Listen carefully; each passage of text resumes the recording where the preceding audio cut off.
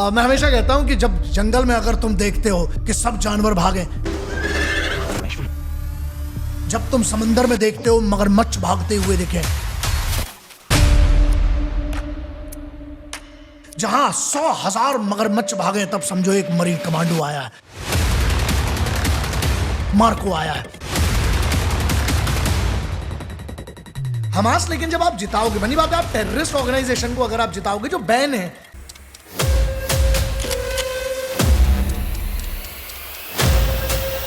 आप उसका समर्थन कैसे कर सकते हो? लेकिन एक बात और ना कि वो मजबूरी भी है, वरना गोली मार देंगे।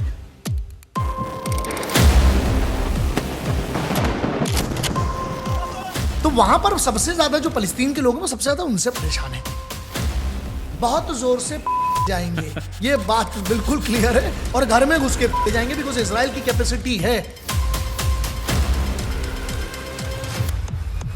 घर में मारने की, इनकी नहीं है।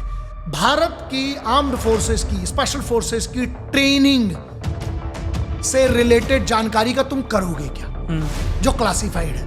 क्या फौज ने मेरे खिलाफ कर दी कार्रवाई? क्या कार्रवाई की? कौन सी फौज ने? हिंदुस्तानी फौज ने तो अभी नहीं की। रही बात पाकिस्तानी फौज, उनकी औकात है नहीं। अगर आप ऑप्स में हो, ऑप्स में अगर आप बच गए हो तो आपकी कहानी है, लेकिन अगर आप नहीं बचे तो कोई कहानी नहीं है। आपको क्या लगता है बगैर हैक किए पाकिस्तान की टेरिटरी में घुस गए होंगे? नहीं। तो हमारे इधर के हैकर्स का जो आर्म्ड फोर्सेस के अंदर है, उनका लेवल क्या होगा? आर्म्ड फोर्सेस में हैकर्स भी है। चाहे आसिफा का बलात्कार हो या हत्या हो, चाहे प्रियंका रेड्डी का, मैं दोनों के लिए आवाज उठाते हैं।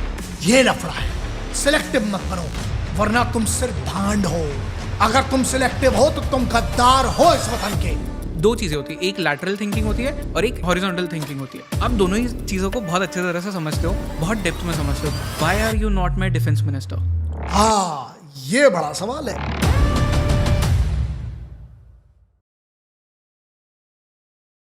नमस्ते, जय हिंद। मेरा नाम है जय और ये है द आवारा मुसाफिर शो, एक ऐसा पॉडकास्ट जहां हम बात करते हैं भारत के पास्ट, प्रेजेंट और फ्यूचर की। आज के इस एपिसोड में हमारे गेस्ट बहुत ज़्यादा स्पेशल है। ये ट्रू देशभक्त है। इन्हें जब आप यूट्यूब पे देखते हो, इंस्टाग्राम पे देखते हो या सोशल मीडिया पे कहीं पे भी देखते हो तो आपको शायद इनसे थोड़ा डर भी लगेगा। इनका नाम है grand master Shifuji Shaurya Bhardwaj. Grand master Shifuji Shaurya Bhardwaj जी को वर्ल्ड्स बेस्ट कमांडो मेंटर की तरह लोग जानते हैं। ये फाउंडर है मिशन प्रहार के, जिसके अंतर्गत इन्होंने 40 लाख से ज्यादा इंडियन विमेन को ट्रेन किया है सेल्फ डिफेंस में। He is also the founder of the GSSB shadow ops Bharat, जो कि वर्ल्ड की लीडिंग साइबर सिक्योरिटी ऑर्गेनाइजेशन है। उन्होंने इन्वेंट किया है मिट्टी सिस्टम, जो कि वर्ल्ड का सबसे modern counter terrorism mentoring programme है। ग्रैंड मास्टर शिफूजी शौर्य भारद्वाज को लोग द घोस्ट के नाम से भी जानते हैं, and he is considered to be the deadliest man alive on planet Earth. He is the only foreign citizen and the first ever भारतीय जिसने इजराइल से काउंटर टेररिज्म का PhD कोर्स किया है। In the past he has also mentored a lot of Bollywood action directors. Grand master Shifuji Shaurya Bhardwaj ji के साथ मैंने around 5 hours spend किए। हमने 2 पॉडकास्ट रिकॉर्ड किए, जिसका ये फर्स्ट पार्ट है। इस पूरे कॉन्वर्सेशन में हमने कई सारी बातें की। हमने डिस्कस किया इंडियन आर्मी को, हमने डिस्कस किया कि इंडियन आर्मी अपने ऑपरेशंस किस तरह से करती है और इन्हें इतना सीक्रेटिवली क्यों किया जाता है। हमने इंडियन आर्मी की ट्रेनिंग को समझने की कोशिश की, पर ग्रैंड मास्टर शिफूजी शौर्य भारद्वाज जी ने इसके बारे में हमें कुछ नहीं बताया, because this training is extremely secretive. We also discussed कि इजराइल वर्सेस हमास के इस वॉर में क्या होने वाला है and all eyes on Rafah का इफेक्ट क्या होगा। ये एपिसोड नेशनलिज्म से भरा हुआ है and every Indian should watch this episode till the end. Grand master Shifuji Shaurya Bhardwaj जी जितने ज्यादा सख्त है उतने ही वो हम्बल भी है, बिकॉज जब मैंने उनके साथ में 5 घंटे स्पेंड किए, I got to know him as a person and he is extremely humble. He is very soft spoken and जब बात देश की आती है तब उनसे ज्यादा डेडली कोई नहीं हो सकता, क्योंकि वो अपनी जान भी इस देश पे कुर्बान कर सकते हैं। आई होप सो आपको ये एपिसोड पसंद आएगा, ये कॉन्वर्सेशन से आपको कुछ सीखने मिलेगा। So without any further ado, let's start this podcast in 3, 2, 1।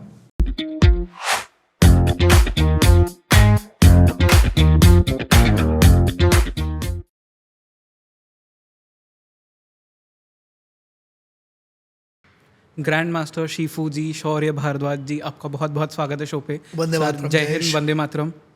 Sir, आपको मैंने कई बार सोशल मीडिया पे देखा है, I still can not believe हमने ऑलमोस्ट लाइक एन आवर इस रिकॉर्डिंग के पहले स्पेंड किया, हमने बहुत बात की, and I still can believe मैं आपके सामने बैठा हूँ.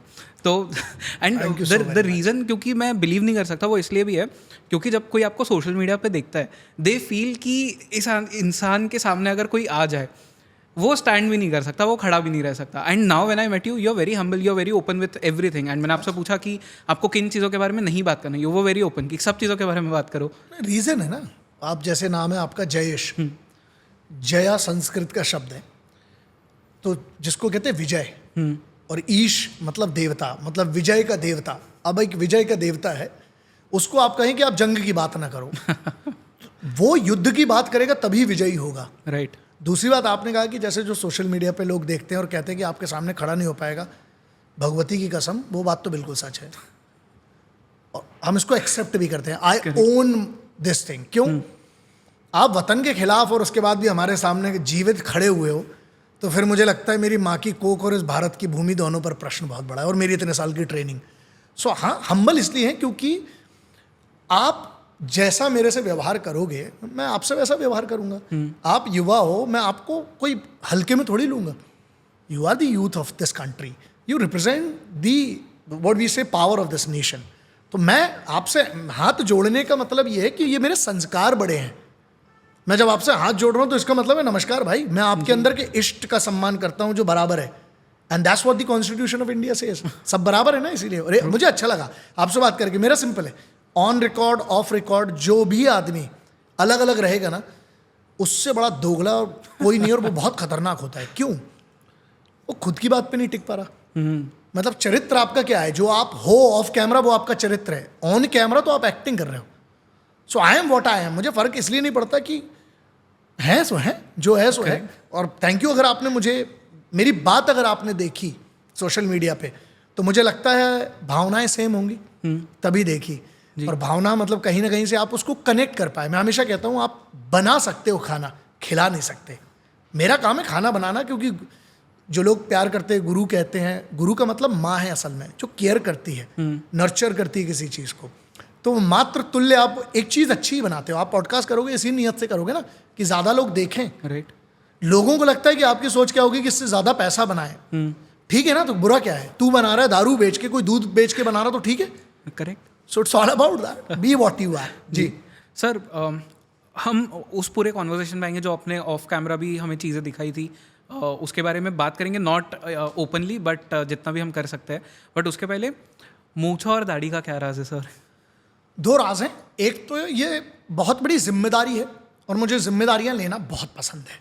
मैं जिम्मेदारियों से भागने, क्योंकि अगर आप पुरुष की अगर बात करें, जब हम मर्द वाली बात करते हैं तो बड़ी मर्दानगी भागने से नहीं है, है ना.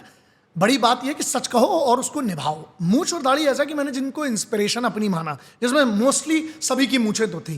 अब रही बात दाढ़ी की, तो दाढ़ी क्या होता है कि आप एक जिस प्रकार के आप काम में होते हो, जैसे एग्जाम्पल के तौर पे हमारे पास, मैं ये कहता हूँ कि जो हमारे बहुत सारी ऐसी चीज़ें यहाँ डिस्कस नहीं कर सकते, लेकिन एक ट्रेनिंग से रिलेटेड चीज़ें हैं, या आप कुछ ऐसी जगहों पर जहाँ पर इसकी ज़रूरत है तो मैं रखता हूं. और बड़े बड़े योद्धाओं का इतिहास गवाह है. आप देख ले, आप महाराणा प्रताप साहब को, जैसे आप क्लीन शेव दिखा देते हो वॉरियर्स को, नहीं जिसको हम कहते हैं कि हम जिसको मानते हैं बहुत ज़्यादा इंस्पिरेशन, वो हमने लिए छत्रपति शिवाजी महाराज हैं. इसके कारण भी रखता हूं. मैं वैसे महाराज को तो सबसे बड़ा क्रेडिट जाता है, इसलिए मैं बड़ी सालों से कोशिश कर रहा हूँ.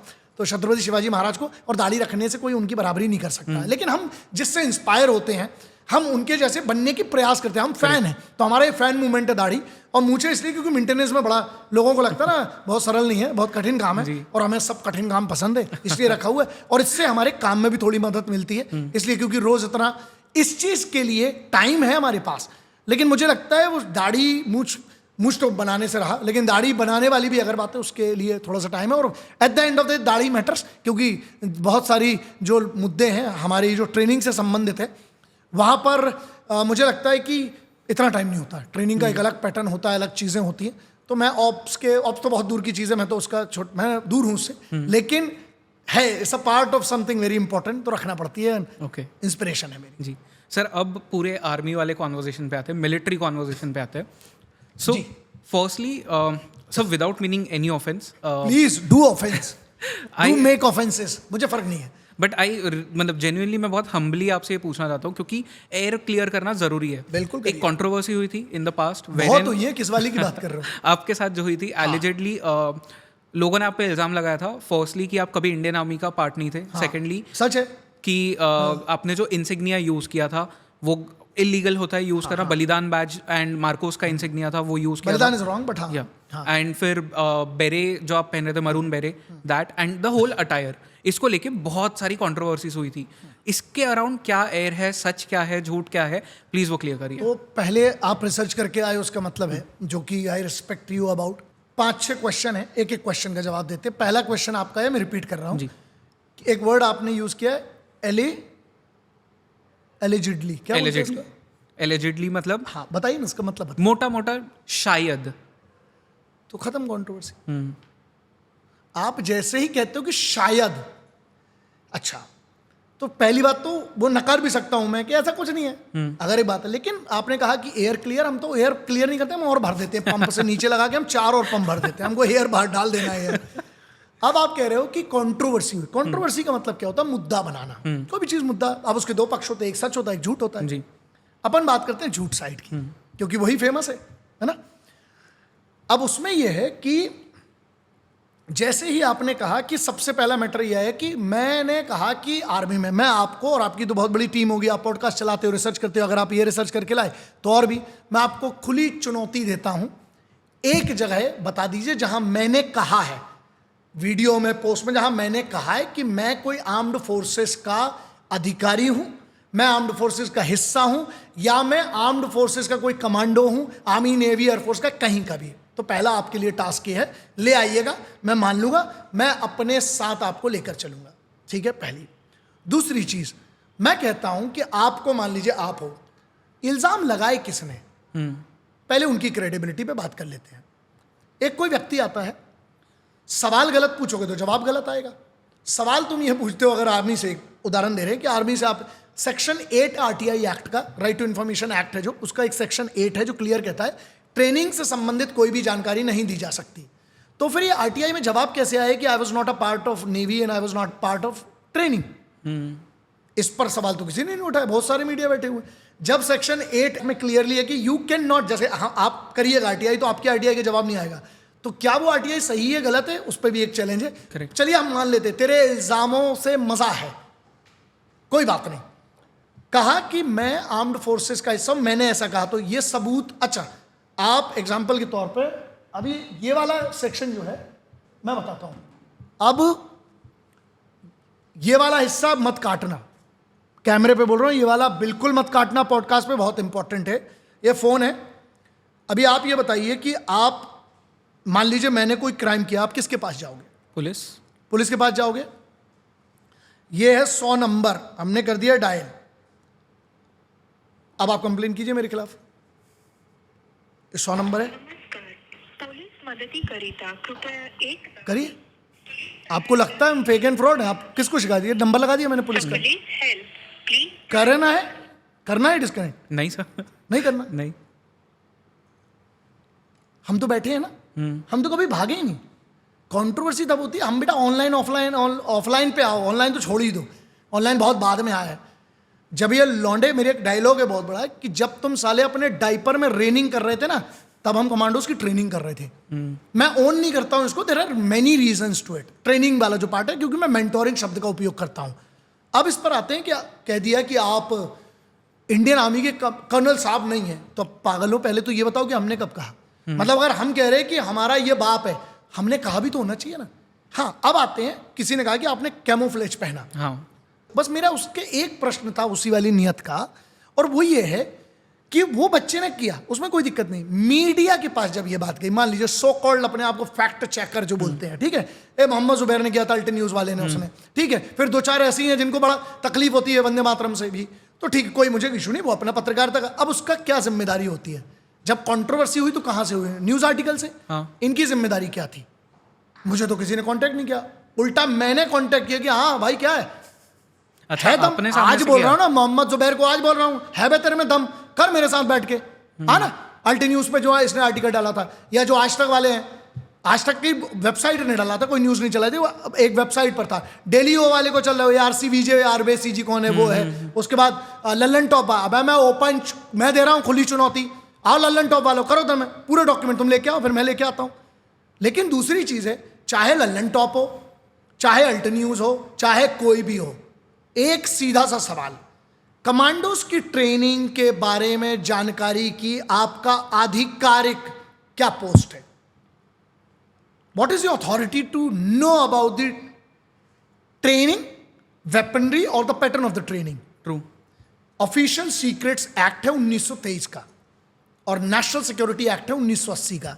इनके अंतर्गत ट्रेनिंग और ट्रेनिंग से संबंधित, ट्रेनिंग एरिया से रिलेटेड जो चीजें हैं वो सब गोपनीय रखी जाती हैं, इसलिए क्लासिफाइड का ठप्पा होता है। जो मैंने आपको 2-4 चीजें देखी जो हम लोग बात कर रहे थे, उसमें किसी में भी क्लासिफाइड का ठप्पा नहीं था। क्लासिफाइड का ठप्पा मैं आपको भी नहीं दिखाऊंगा, आपकी छोड़िए, मैं अपने बाप को नहीं दिखाऊंगा, because there are reasons for it. पहली चीज, अब आपने मुझ पर इल्जाम लगा दिया। इल्जाम लगाना तो बहुत सरल है ना, हम इल्जाम लगा रहे हैं, जितने लोगों ने हम पे इल्जाम लगाए, हम इल्जाम लगाते तुम अपने बाप की औलाद नहीं हो, डीएनए रिपोर्ट लाओ बे, तुम्हारे इल्जाम सही है, अच्छा हमारा क्यों नहीं? तुमको पत्रकारिता में अधिकार है सवाल पूछने का, तो ये भी तो है, सच्चे पत्रकार हो तो आओ मेरा पक्ष भी रख लो, आ जाओ दम कर लो। हमको क्यों नहीं बुलाया आज तक, हमको फोन क्यों नहीं किया? दो चीजें हैं, या फिर मैं इतना एक्सक्लूसिव है कि तुम हमारा नंबर नहीं तुम अरेंज कर पाए, तो तुम्हारे ऊपर धिक्कार है। फिर दूसरी बात, सोशल मीडिया था, मैंने तो सबको लिख के भेजा। जब क्लोजर रिपोर्ट, तो कंप्लेन ये थी कि एक व्यक्ति है, उसका नाम है ग्रैंड मास्टर चीफूजी शौर्य भारद्वाज, और मेरे 3-4 और नाम बताए। अबे मेरे 10 भी हो सकते हैं, तुमको उससे क्या लेना है? मेरे जो आधार कार्ड पे वो सरकार को पता है, तुम कौन होते हो उसके जानने के लिए? आइडेंटिटी हमारी वो होगी जो मेरा पासपोर्ट कहेगा। हाँ। करेक्ट, मैंने आपको पासपोर्ट की कॉपी देख लिया। हाँ। आपने मेरा सिग्नेचर इंकलाब जिंदाबाद, तुम्हें क्या प्रॉब्लम, तुम अपना कर लो। वैसे तुम्हारा तो पीकेएम के भी और सीकेएम के भी होगा इन लोगों का, हमें ठीक है उससे, वो हमारी हैशटैग है वैसे ना। तो कंप्लेन आई किसके पास, मैं बताता हूं। कंप्लेन का नंबर आप गूगल कर लेना जब भी आपको मिले, 69954। अब तो जीपीटी भी आ गया, बहुत सारी चीजें, आप आर्टिफिशियल इंटेलिजेंस से पूछ लेना। 69954 या 69954 जितना मुझे याद है, ये होती है 2015 एंड में या 16 में मुंबई पुलिस। अभी मुंबई पुलिस पे सवाल उठा रहे हो, मुझ पे नहीं उठा रहे हो। मुंबई पुलिस पे जब आप ऑनलाइन कंप्लेन करते हो तो मुंबई पुलिस की एक प्रोसेस है, 72 आवर्स में that complaint is suppose to be closed और सपोज टू बी इन्वेस्टिगेटेड। ठीक है, तो जब एक कंप्लेन आएगी, पुलिस कैसे काम करती है इनको वो भी नहीं पता बेवकूफों को। तो मान लो पुलिस की कंप्लेन गई, पुलिस अपना काम करती है कि पुलिस आपको फोन करेगी, आपको समन आता है, ऑफिशियल समन भेजा जाता है। ठीक है, बेलेबल होगा तो अलग है, वरना 41 का फिर आपको एक नोटिस सर्व किया जाएगा, तो आपके पास समन आता है। हमारे पास समन आया, हमारे पास फोन आया, तो इन्वेस्टिगेट कौन कर रहा? पुलिस का आया, अपन गए, हमको कौन सा दिक्कत है, हम चले गए। ठीक है, गए, पुलिस के सवाल है, पुलिस में भी जिसकी अथॉरिटी है उसके सवाल हैं, एसीपी लेवल तक, डीसीपी लेवल तक। फिर वो अच्छा, और कंप्लेन किसको? छोटी मोटी कंप्लेन नहीं थी, कंप्लेन हुई थी सीधे कमिश्नर ऑफ पुलिस को।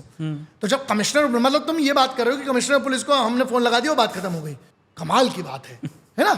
भगवान भगवती करे, भोलेनाथ करे, वो बहुत अच्छी बात है, लेकिन मैं काहे को करूंगा? मेरे क्या लेना देना उससे? मैं कहता हूं कि आपका काम है इन्वेस्टिगेट करने का, मेरा काम है आप जो इन्वेस्टिगेशन करें उसमें साथ देने का। तो पुलिस ने जब इन्वेस्टिगेट किया, अब आपको कमाल की बात बता रहा हूं, ये चीज 2016 के दिसंबर में ही क्लोज हो गई। तो जिस लड़के ने कंप्लेन की थी उसको रिप्लाई गया है कि grand master Shifuji Shaurya Bhardwaj has never claimed, because अच्छी खासी 16 घंटे की इन्वेस्टिगेशन हुई है, मजाक चल रहा है क्या? क्राइम ब्रांच इन्वॉल्व होती है इसमें। और दूसरी चीज, ये एलिगेशन राष्ट्र से संबंधित है, आर्म्ड फोर्सेस से संबंधित है। बताता हूं, जैसे ही आप आरटीआई करते हो जो आर्म्ड फोर्सेस से रिलेटेड है, 3 चीजें एक्टिवेट होती हैं। सबसे पहले होती है इंटेलिजेंस यूनिट। पहले आप ये बताओ, फेक एंड फ्रॉड, आपने जो शब्द उपयोग नहीं किया, मैं बता रहा हूं, कंट्रोवर्सी नहीं, फेक एंड फ्रॉड है, फर्जी। फेक का मतलब बताइए क्या है? नकली। ठीक है, हम आपसे इतनी देर से बात कर रहे हैं, हम दूसरे की आइडेंटिटी लेके आए? नहीं।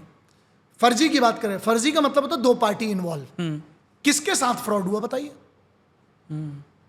वो पार्टी कहाँ है? हमने फ्रॉड किया आपके साथ, किसी के साथ? जाओ ना, हमने तो 100 नंबर लगा के दे दिया आपको, आप करो। हमने तो पुलिस का नंबर लगा के दे दिया, कंप्लेन करो, हम चलते आपके साथ चलेंगे थाने में। आप अरेंज नहीं कर पाओगे, अगर आप अरेंज नहीं कर पाओगे तो मैं आपको वकील भी करके देता हूं। नालसा में एक पॉलिसी है भारत सरकार की, अगर आप नहीं वकील कर सकते तो नालसा में आपको वकील भी मिल जाएगा, चलो लड़ते हैं केस। वो भी आएंगे, उस पर भी छोड़ा थोड़ी होगा, आपको लगता है हम छोड़ेंगे? नहीं।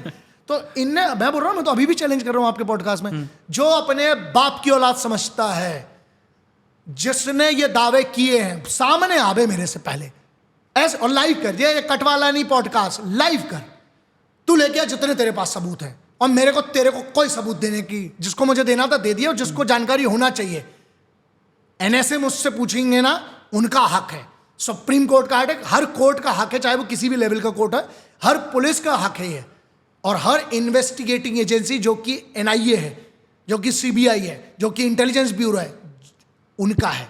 ये आईबी भी गया है मैटर, क्योंकि जैसे ही गृह मंत्रालय इनने कंप्लेन कहा कि वो तो पुलिस वाली कंप्लेन 2016 में हो गई क्लोज।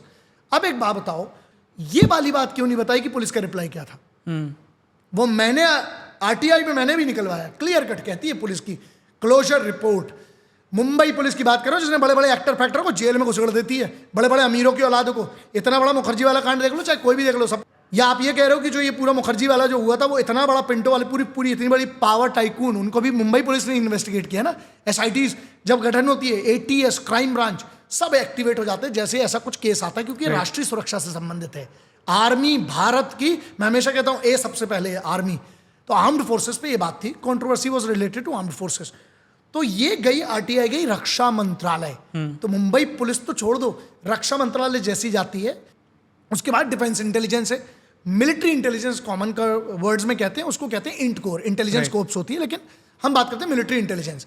नेवी के बारे में थी कि हमने मान लो नेवी के बारे में कुछ कहा, आर्मी, नेवी, एयरफोर्स तीनों को एक्टिवेट किया जाएगा। सिस्टम समझिए, तो हेडक्वार्टर से कोई चीज आएगी तो वहां पे इन्वेस्टिगेशन होगी। मतलब तुम ये कहना चाह रहे हो वो मिलिट्री इंटेलिजेंस जो पाकिस्तान, तालिबान, अफगानिस्तान, चाहे दुनिया के 50 देशों में जाके उठा सकती है, किसी को भी ऑप्स कर सकती है, वो हमको छोड़ दिया उसने, आराम से छोड़ दिया। क्योंकि नहीं, तुम तो फ्रॉड हो, तुमको हम नहीं हाथ लगाएंगे क्योंकि मौसी ने मना किया है। कौन सी मौसी है, कौन सा मामा है? मैं राष्ट्र से बड़ा नहीं हूं, राष्ट्रीय सुरक्षा से तो बिल्कुल बड़ा कभी नहीं हो सकता हूं। तो सबने अपने अपने लेवल पे इन्वेस्टिगेट किया होगा, मुझे ऐसा लगता है। आईबी ने तो कंफर्म ही किया ही होगा, वरना छोड़ते नहीं। अब यहां पे बात आती है, सबको लिख दिए पत्र। तो जब ये इतनी बड़ी चीज हो गई है, इन मीडिया वालों ने एक पक्ष चला दिया। आज तक किसी भी मीडिया वाले ने ये पक्ष क्यों नहीं चलाया? तुमने वो आरटीआई दिखा दी जो आई थी, जो गलत थी। मैं अभी भी कह रहा हूं गलत थी, क्योंकि आरटीआई में सवाल यह है कि ग्रैंड मास्टर शिफू जी किस वर्ष से लेकर किस वर्ष तक नेवी में थे। पहले तो ये बताओ, हमने कब बोला हम नेवी में थे? दूसरी बात, क्या मैं कमांडोज की ट्रेनिंग का हिस्सा हूं? वो सीधा लिख के आए कि नहीं है, बहुत अच्छी बात है, मैं क्लेम ही नहीं कर रहा हूं।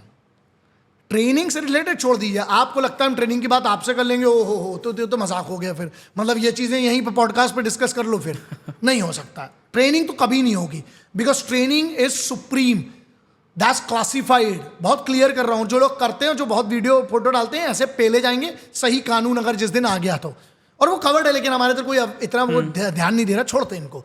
अब ये बात आती है, डिफेंस मिनिस्ट्री में 13 या 15 मेरे ख्याल से कंप्लेन की होंगी ये लड़का। और फिर अच्छा, इसके बाद एक कोई आदमी है लखनऊ से, उसने लिख दिया पत्र। वो कहता है कि वो फौज से रिटायर, उसने कहा, चलिए मैं मान लेता हूं ये बात, मैंने आईडी नहीं देखी, लेकिन मैं मान रहा हूं कि वो व्यक्ति कह रहा है। उसके नाम के आगे अगर मेजर साहब है तो मैं इज्जत करता हूं फौज के। अच्छा, तो वो लोगों ने कह दिया कि फौज ने की क्या फौज ने मेरे खिलाफ कर दी कार्रवाई। क्या कार्रवाई की? कौन सी फौज ने? हिंदुस्तानी फौज ने तो अभी नहीं की। रही बात पाकिस्तानी फौज, उनकी औकात है नहीं, वो क्या करेंगे, वो तो अपना राशन देख ले, वही है। तो उस आदमी ने जिसने किया, जब उसके बारे में पता किया गया तो उसका नाम था मेजर, उसके नाम के आगे लगा था, लेकिन वो तो समाजवादी से, एक्स मेजर साहब थे कोई, वो तो समाजवादी से चुनाव लड़ा था और बहुत गंदा आ रहा था कैंटोनमेंट से। तो वो, उसको मैं पॉलिटिशियन समझू कि फौजी, ये समझ में नहीं आया मुझे।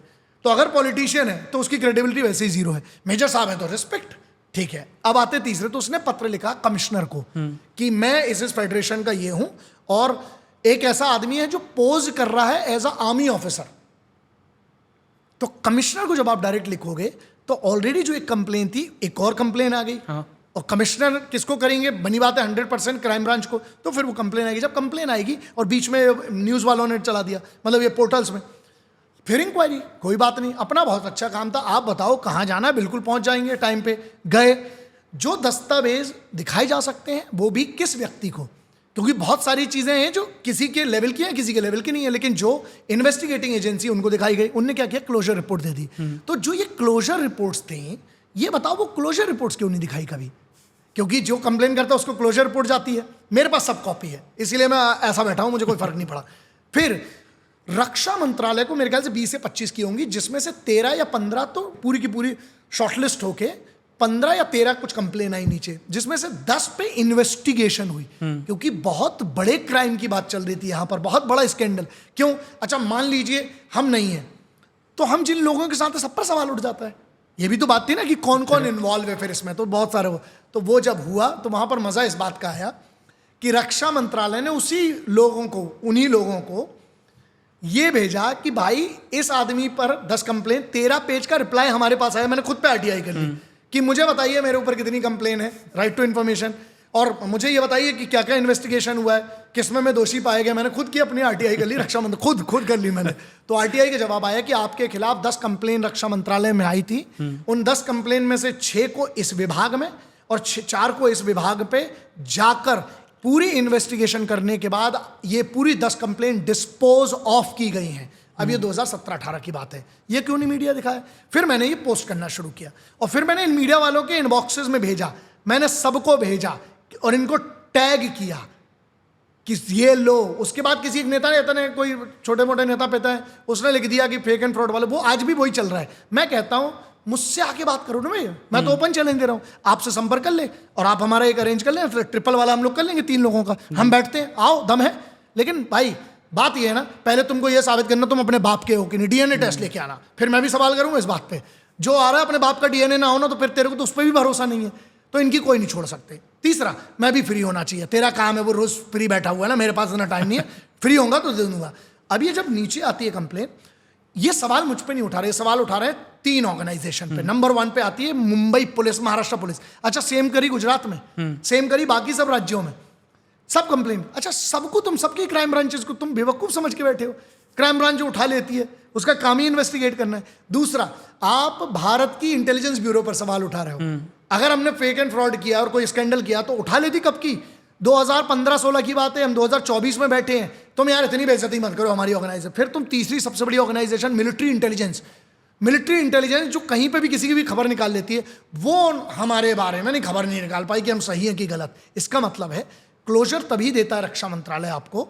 13 पेजेस मेरे पास है, मैं आपको पहुंचा दूंगा। 13 पेजेस की रिपोर्ट है, जो कौन भेज रहा है, रक्षा मंत्रालय ने आरटीआई में दिया है। ऐसे ऐसे कंप्लेन बढ़ी, किस किस डिपार्टमेंट में गई, किसने क्या रिमार्क दिया, उसके बाद फाइनल उसका डिस्पोज ऑफ कैसे हुआ। तो एक तो ये है। इसके बाद भी इनको प्रॉब्लम है आपको, तो मैं कह रहा हूं 100 नंबर लगा देता हूं, कर लो कंप्लेन, जब बुलाओगे आ जाऊंगा। अब इसका वर्तमान स्थिति है, हमने कोर्ट में ना नॉर्मल कंप्लेन नहीं, 499 आईपीसी का होता है 499, जिसमें सिर्फ थाने में एनसी होती है। हाँ, इतना छोटा नहीं।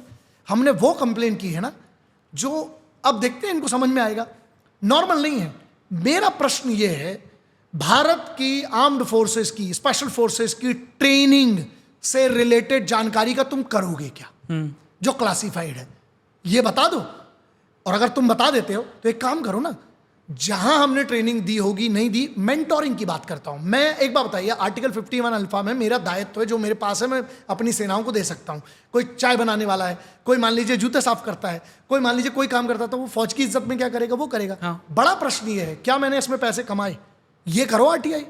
क्या मैंने भारत के रक्षा मंत्रालय से कभी भी 1 रुपए कमाए? फिर एक सवाल और सुनिए, जो और इंटरेस्टिंग है, कि जिनके फोटो वीडियो डले हुए हैं इंटरनेट पे, जो बहुत पुराने हैं, 20 साल 25 साल पुराने होंगे, वो सब सिक्योरिटी गार्ड हैं।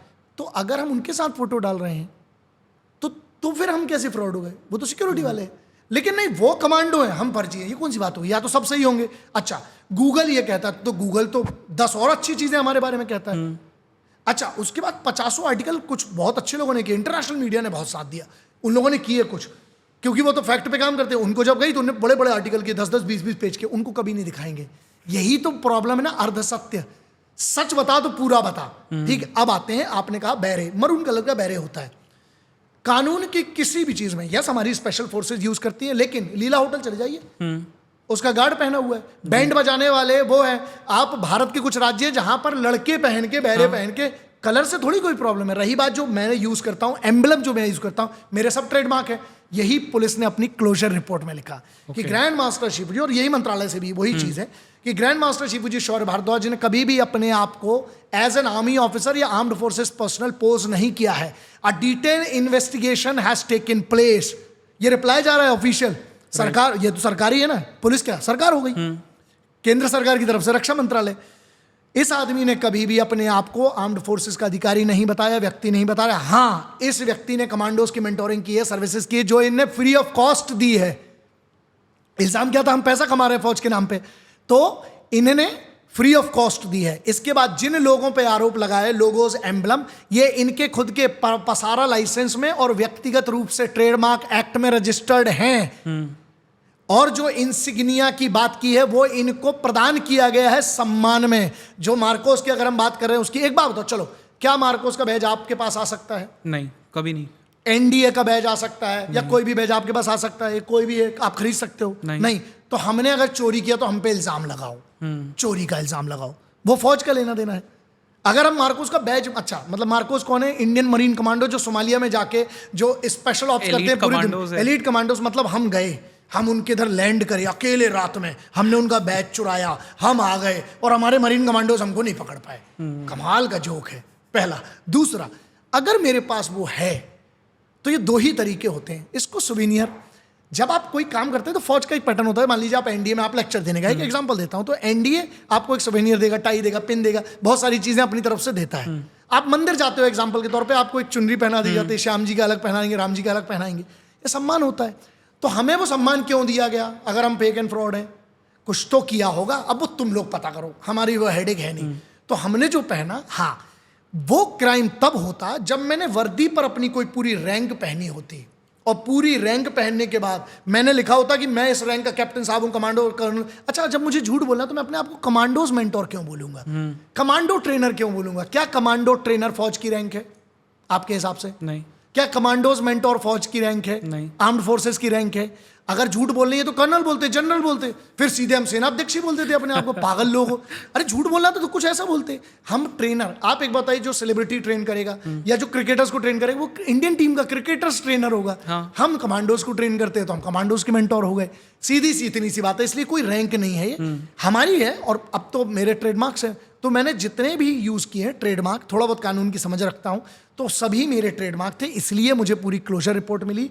और कोई फेक एंड फ्रॉड किया होता, इनको आज भी शक है, सामने बैठो, तुम्हारे पास जो दस्तावेज है मेरे खिलाफ, मेरे पास मत आओ, सीधे कोर्ट चले जाओ। राइट। हम कोर्ट में निपट लेंगे, वो हमारा काम है। हम इनके खिलाफ क्या गए? हम क्या इनको माँ बहन की गालियां नहीं दे सकते थे?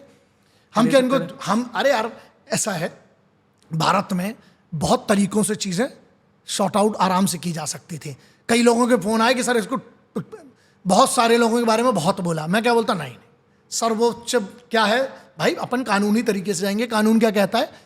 तुमने कंप्लेन की, तुम्हें जवाब मिल गया। हमने उधर नहीं की, हमने तुम्हारे बाप को कंप्लेन की है, जो है न्यायालय। कोर्ट में आओ, अब बेटा कोर्ट को जवाब दो।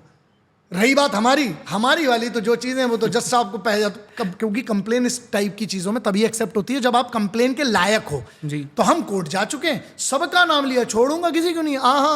सबका नाम है इसी में, सबका नाम है। और यही बात है, बहुत एक्सपोज किसी को करना है, दोनों पक्ष रख दो, सामने आ जाओ। और भी कोई डाउट है पूरा यूज कर देंगे। मरून बैरे पूरे देश में बहुत सारे लोग यूज करते हैं। रही बात बलिदान की, अरे बेवकूफों, आज आप बलिदान टी शर्ट डाल दो, बहुत सारे अमेजोन पे अवेलेबल है, लेकिन फिर भी मैंने नहीं पहनी। मैं वही कह रहा हूं। अच्छा, जो मैंने पहना मैं बता रहा हूं ना, वो मैंने अपनी जैकेट पे पहना, जो कि प्राइवेट जैकेट है, ना कि यूनिफॉर्म। मैंने कभी यूनिफॉर्म नहीं पहनी, मैं सीधे बोलता हूं। हम टेक्टिकल गियर्स पहनते हैं। अच्छा, टेक्टिकल ट्रेनिंग आप देने वाले हो, इसकी जगह एक काम करो, जूता लगा दो इधर पे या मटका लगा दो। अरे माइक का काम है, आप पॉडकास्ट करने आए, एग्जाम्पल की बात करते हैं, तो पॉडकास्ट जब हम करने आए हैं तो अब हम लहंगा चुन्नी पहन के आए, बेवकूफों। हम जब कमांडोज की ट्रेनिंग करने, नहीं, पॉडकास्ट में लहंगा चुन्नी पहना जा सकता है, दैट्स अ डिफरेंट थिंग। मेरा एग्जांपल गलत हो सकता है। मैं ये कह रहा हूं कि जब हम कमांडोज के, एक हम उस एरिया में हैं, हम क्या करें? धोती पहन के जाएं, हम लुंगी पहन के जाएं, हम क्या करें? जब हम ट्रेनिंग जब दे रहे हैं, अगर हमें कोई भी चीज टेक्टिकल करना है जिससे रिलेटेड, अब वो बहुत सारी चीजें हैं, काउंटर इंसर्जेंसी, काउंटर टेररिज्म है, हमने जो डिग्री किया अब उसका क्या करें? हम तो फ्री में अपनी सर्विस दे रहे हैं ना, हमने कोई वो तो किया नहीं है। हम जब अपनी ट्रेनिंग दे रहे हैं तो वहां का एक ड्रेस कोड है। हम आपकी ड्रेस तो पहन नहीं रहे, लेकिन हम अपनी, अच्छा हम फॉर्मल्स में चले जाएं ट्रेनिंग के लिए, पागल हो क्या? कैसे? बूट्स है ना, अब आपको रेत में दौड़ना है तो आप कैसे नॉर्मल जूते पहन के दौड़ोगे? इतने पानी में घुसना है आपको। अगर मान लीजिए कोई चीज करना है, हथियार के साथ करना है आपको, शॉर्ट रेंज, लॉन्ग रेंज, बहुत सारी चीजें होती है ट्रेनिंग में, आपको करना है, डैगर की ट्रेनिंग है, तो आप कैसे करोगे? तो आपको वो सब चीजें पहनने के लिए क्या चाहिए? तो वो मेरा कस्टमाइज है, मेरा रजिस्टर्ड है, यही लिखा गया है कंप्लेन में भी, मेरा ड्रेस कोड है वो। और मैंने अपने ड्रेस कोड में मनून बैरे करके उस पर जो लोगो है वो रजिस्टर करवाया है। तुम्हें प्रॉब्लम है तो एक काम करो, मैं ट्रेडमार्क कैसे मिलता है? ट्रेडमार्क मिलता है, वर्ड मार्क ट्रेडमार्क मिलता है, डिजाइन मार्क मिलता है जब आप 2 साल कम से कम लगते हैं। एक काम करो, सरकार के खिलाफ चले जाओ, मुझे क्यों दिया ट्रेडमार्क? मुझे मिला ना, आज आपके पॉडकास्ट का आप ट्रेडमार्क करवाओगे, क्या कोई और यूज कर सकता है? नहीं। तो सीधी सी बात है, मतलब मेरे मन को भाया, मैं कुत्ता काट के खाया, आदमी तो ये भी चला रहा है। सच ये है कि दम नहीं थी तर्कों में। तो यही मुद्दा है। कोई बराबरी का आदमी पूछता है, बराबरी का आदमी से बड़ी बात है जब एजेंसीज पूछती हैं, ऐसे नहीं होता इन्वेस्टिगेशन। राइट। मजाक नहीं है कोई मुंबई पुलिस या कोई 4 राज्यों की क्राइम ब्रांच और उसके अलावा फिर रक्षा मंत्रालय इन्वॉल्व जब हो जाता है, डिफेंस मिनिस्ट्री, ठीक है, डिफेंस मिनिस्ट्री है वो, ऐसा नहीं कि आप फोन में निपटा लोगे। तो सब इन्वॉल्व हुए, वो सब हुआ। And I am very thankful to Bhagwati कि आपने ये सवाल पूछा। मैं जनरली इसको अवॉइड कभी नहीं करता हूँ, किसी में गूदा ही नहीं था पूछने का, फटी में कोई पूछना नहीं था, 2-4 लोगों ने पूछा, जो पूछेंगे तो मैं जवाब देता हूँ। और आपको जो, अगर आपको डॉक्यूमेंट चाहिए वो सब पब्लिक डोमेन में है। आप लिख दीजिए what is the present status of complaints against grand master Shivji from ministry of defence and Mumbai police, सब पूरा ऑनलाइन डला हुआ है। तो वो बता देगी। उसके बाद भी कोई डाउट हो तो I am 1 phone call away, बताइए। बट सर, बीच में आपने एक बात कही कि यू मेंटोर जो हमारे कमांडो यूनिट्स होते हैं उन्हें। अब जब हम कमांडोज की बात करते हैं, these are the elitest of elitest forces जो इंडिया में है। एंड ये ह्यूमन बींग्स ही एक अलग लेवल के होते हैं, because we have had someone from the special forces. And जब मैं उनसे बात कर रहा था, आई कुड सी कि वो क्या इंसान है, किस लेवल के इंसान है। तो इन एग्जैक्टली सर, तो इन्हें मेंटरशिप किस चीज़ की, मतलब what is, I really want to know सुई क्या धागे की होता है। सिखाते हैं। सुई धागा होता है ना, सुई धागा। ओके। अब फिर वही बात हो गई, अगर हमें बताना ही होता तो हम इतने साल पहले फोटो वीडियो नहीं डाल चुके होते। आप करोगे क्या जान के हम क्या करते हैं? Right. बड़ा प्रश्न ये है। और मैं अपने कुछ व्यूज या आपके कुछ व्यूज के लिए मैं वो बात जो मेरे साथ दफन तो नहीं होगी, वैसे तो मेरे साथ जलेगी क्योंकि मैं दफन तो होऊंगा नहीं, तो मैं तो जलाया जाऊंगा। तो जो बात वाली बात है ना कि जो मेरे साथ ही जाएगी, सब ऐसा है, राज तब तक राज है जब तक वो आपके बीच, आपके ही पास है। तो हम जो करते हैं वो मिट्टी सिस्टम है, आप सर्च कर लीजिएगा। मिट्टी प्रोग्राम काफी फेमस है। हाँ, तो मिट्टी सिस्टम जो है, मिट्टी सिस्टम का पहला ही रूल ये है कि वो क्लासिफाइड है। सर मैं नहीं चाहता कि आप वो बताए भी पब्लिक में। हाँ, मैं आपको, लेकिन ये ट्रेनिंग के बारे में बता रहा हूँ। मुझे जो छोटा मोटा नॉलेज है, जो भी छोटा मोटा 1%, मैं सेवा करता हूँ। ये सेवाएं हैं, आपको समझना पड़ेगा। ये कोई, मैं ब्रांडिंग करना होता तो एक बार बताओ, फिर तो हम इसको बकरा भी देते, बहुत सारे लोग कर भी रहे होंगे, लेकिन मैं उनके बारे में ठीक है छोड़ता हूँ। मैं ये कह रहा हूँ कि जो हम करते हैं, जहां पर मोबाइल अलाउड नहीं है, आप खुद सोचो, क्या आप किसी आर्मी एरिया या आर्म्ड फोर्सेस के एरिया में खुद की जाके सेल्फी डाल सकते हो? नहीं। जहां मोबाइल अलाउड नहीं है वहां कैमरा से शूट करके और ये चीज डालना, क्या ये गद्दारी नहीं है? बिल्कुल है। तो मैं काहे को करूं भाई? क्यों करूं? जो मुझे छोटा मोटा ज्ञान है, मिट्टी सिस्टम इसीलिए मैंने डेवलप किया। मैं जो छोटा मोटा ज्ञान है, मैं अपनी सेवाएं प्रदान करता हूं, और वो भी फ्री ऑफ कॉस्ट। अगर पैसा ले रहा होता, करप्शन कुछ होता, जो कि बहुत आसान है, अगर करप्शन करने आ जाए या कुछ करते तो यार वो तो फिर तो बहुत सारी चीजें हो रही है देश में, यहाँ तो फिर सब कुछ होता है। लेकिन मैटर क्या है? नहीं, मेरा बहुत क्लियर है, मैं अपने तरफ से सेवा। अच्छा, लोगों को लगता है फ्री ऑफ कॉस्ट, अच्छा हम अपना जो समय दे रहे हैं उसकी कीमत क्या है? हम अपनी टिकट करके जाते हैं, उसकी कीमत क्या है? हम अपने खर्चे से रुकते हैं, उसकी कीमत क्या है? और अगर मैं कश्मीर में मान लीजिए किसी के साथ हूँ, वहाँ उस यूनिट के आसपास रह रहा हूँ, या जो भी हम कमांडोज की साथ में है, मेंटोरिंग कर रहे हैं, और अगर कल मैं मर जाता हूँ, इसका जिम्मेदार कौन होगा? मुझे पता है डिसोन कर दिया जाऊंगा, क्योंकि जब पेपर पे ही नहीं है, हम तो फ्री ऑफ कॉस्ट वाले, पेपर पे आने के लिए सरकारी गैजेट पे निकलेगा, बहुत सारी चीजें होती हैं। करेक्ट साहब, ये रिस्क है, लेकिन यहाँ वतन के लिए इतना तो करना पड़ेगा ना।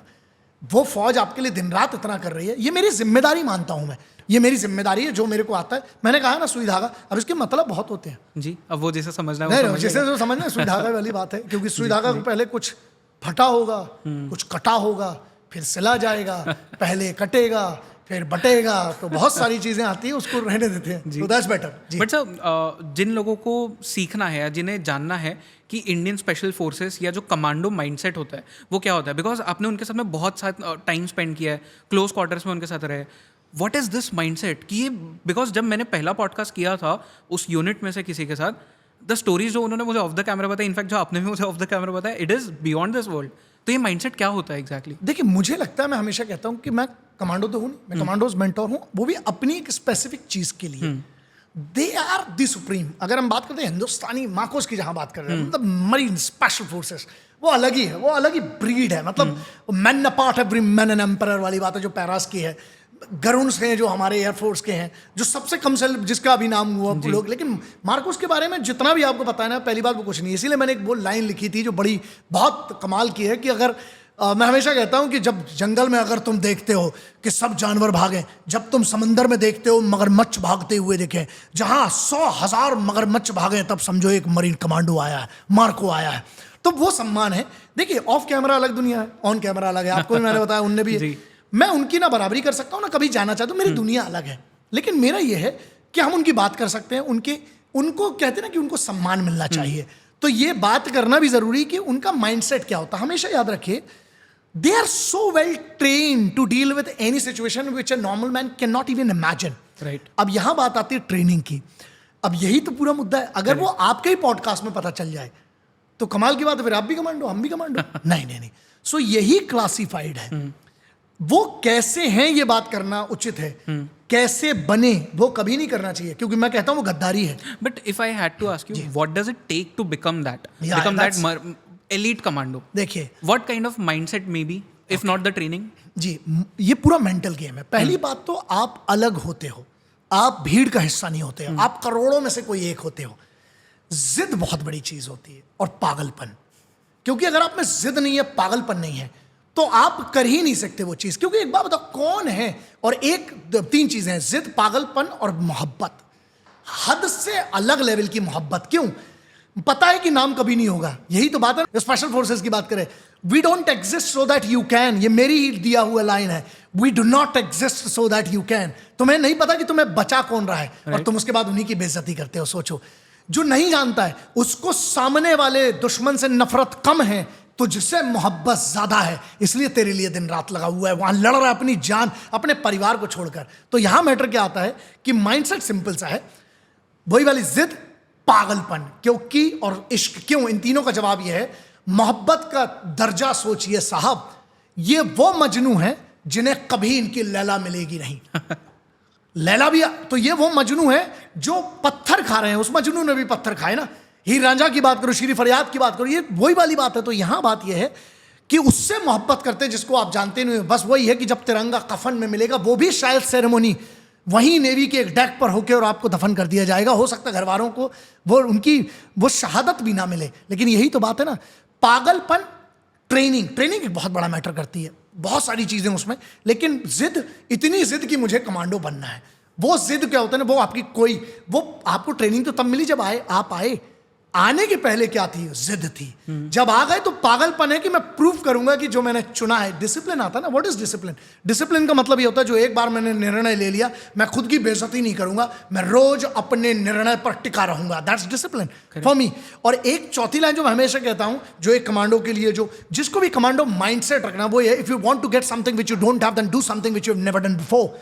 अगर तुम्हें अपनी जिंदगी में कुछ ऐसा चाहिए जो साला तुम्हारे पास आज तक नहीं है, तो वो मेहनत करो जो तुमने आज के पहले की नहीं है। And that's what the rule of the ground. हम तुम्हें तोड़ेंगे, हर वो चीज तुमसे छीन लेंगे जो तुम्हें लगती है तुम सुप्रीम हो।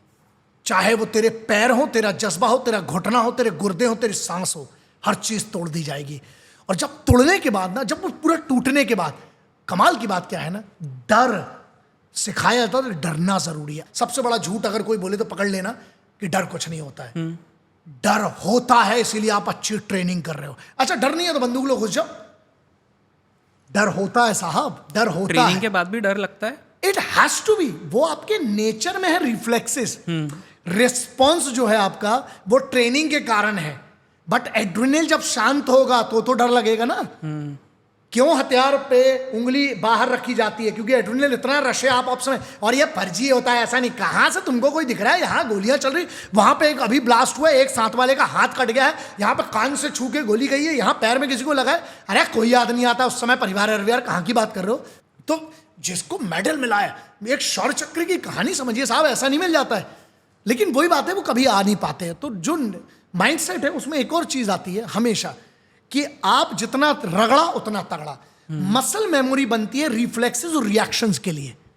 बट क्या आप इंसान नहीं रह गए? आप में इमोशन, अच्छा कोई कहता है कि इमोशनलेस होते हैं, पागल हो तुम।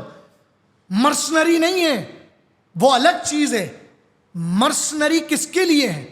जो दुनिया को मारने की बात करी, इसीलिए मैंने एक वर्ड और लिखा था, डेथ ऑफ इमॉर्टल्स। जो कहते हैं कि वो कभी मरेंगे नहीं ना, कभी हिंदुस्तानी फौज से लड़के देखना, इतना पीतल भरा है ना ठोक ठोक के, और जो गए हैं ऊपर उनसे पूछना फिर वाली बात है, गए भी हैं कि नहीं पता नहीं कहाँ फंसे हुए हैं, 72 रुर्रों में मैक्सिमम फंसे हैं, तो उनकी 72 रुर्रों से जाके पूछो। लेकिन बात ये आती है कि पूरा का पूरा जो सेट है वो एक ही चीज का है कि आप अपने आप को ही चैलेंज करते हो, और कमांडो माइंडसेट अगर सबके पास होता तो सब कमांडो होते।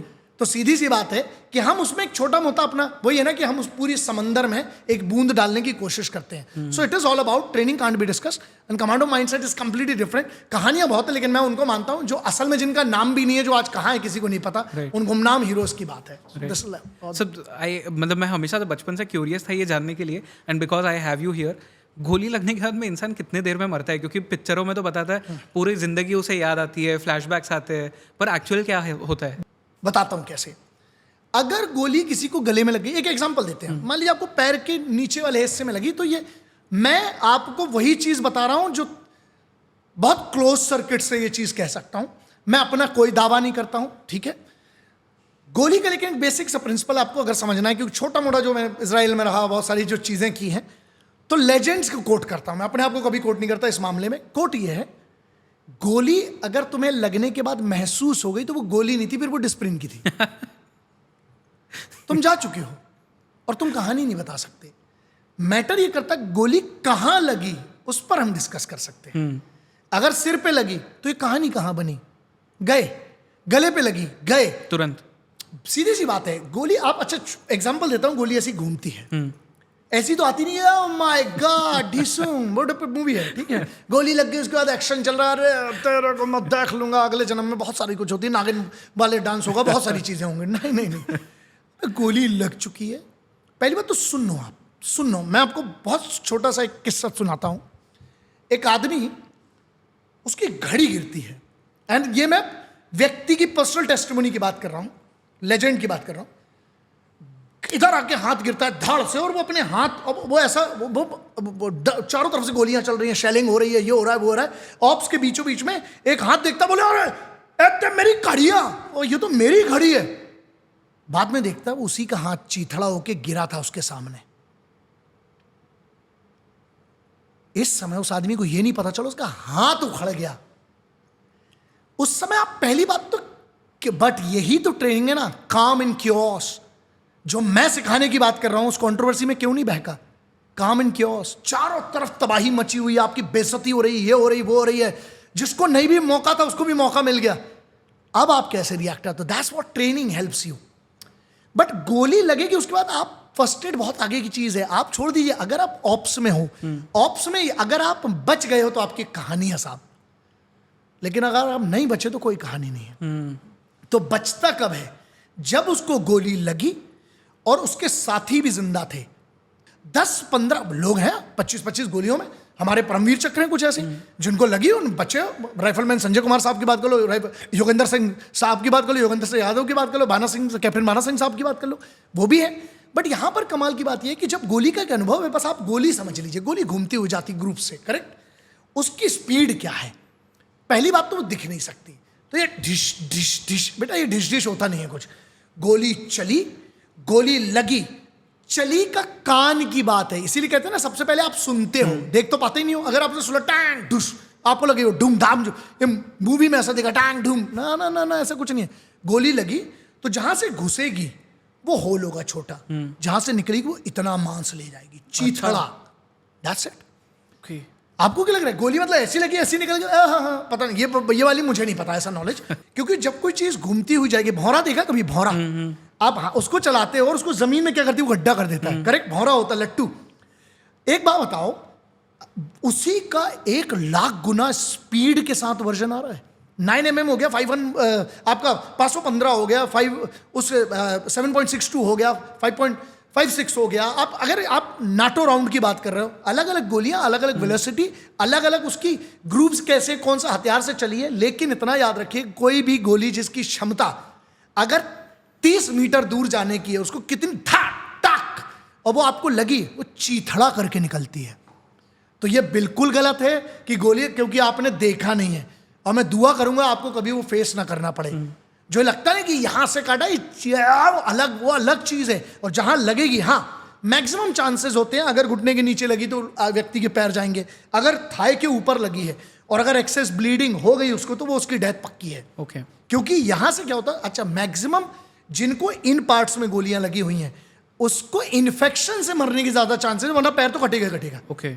उसकी मृत्यु मैक्सिमम इन्फेक्शन। अच्छा ऑप्स एरिया में उसको उस समय क्या क्या फैसिलिटीज अवेलेबल थी, जैसे मैं चाहता हूं भारत सरकार से, मैं हमेशा से, अभी मैं एक बड़ी डिमांड आपके भी पॉडकास्ट में कहता हूं कि हमारे पास वो स्प्रेस की अब हमें रिक्वायरमेंट बढ़ाना चाहिए कि गोली लगी क्लॉट, एंटी क्लॉट होना चाहिए, क्योंकि मैक्सिमम वो तो रोड के लिए भी जरूरी है आज की डेट में। एक्सीडेंट होता है, सबसे ज्यादा मृत्यु किसमें होती है, एक्सेस ब्लीडिंग के कारण।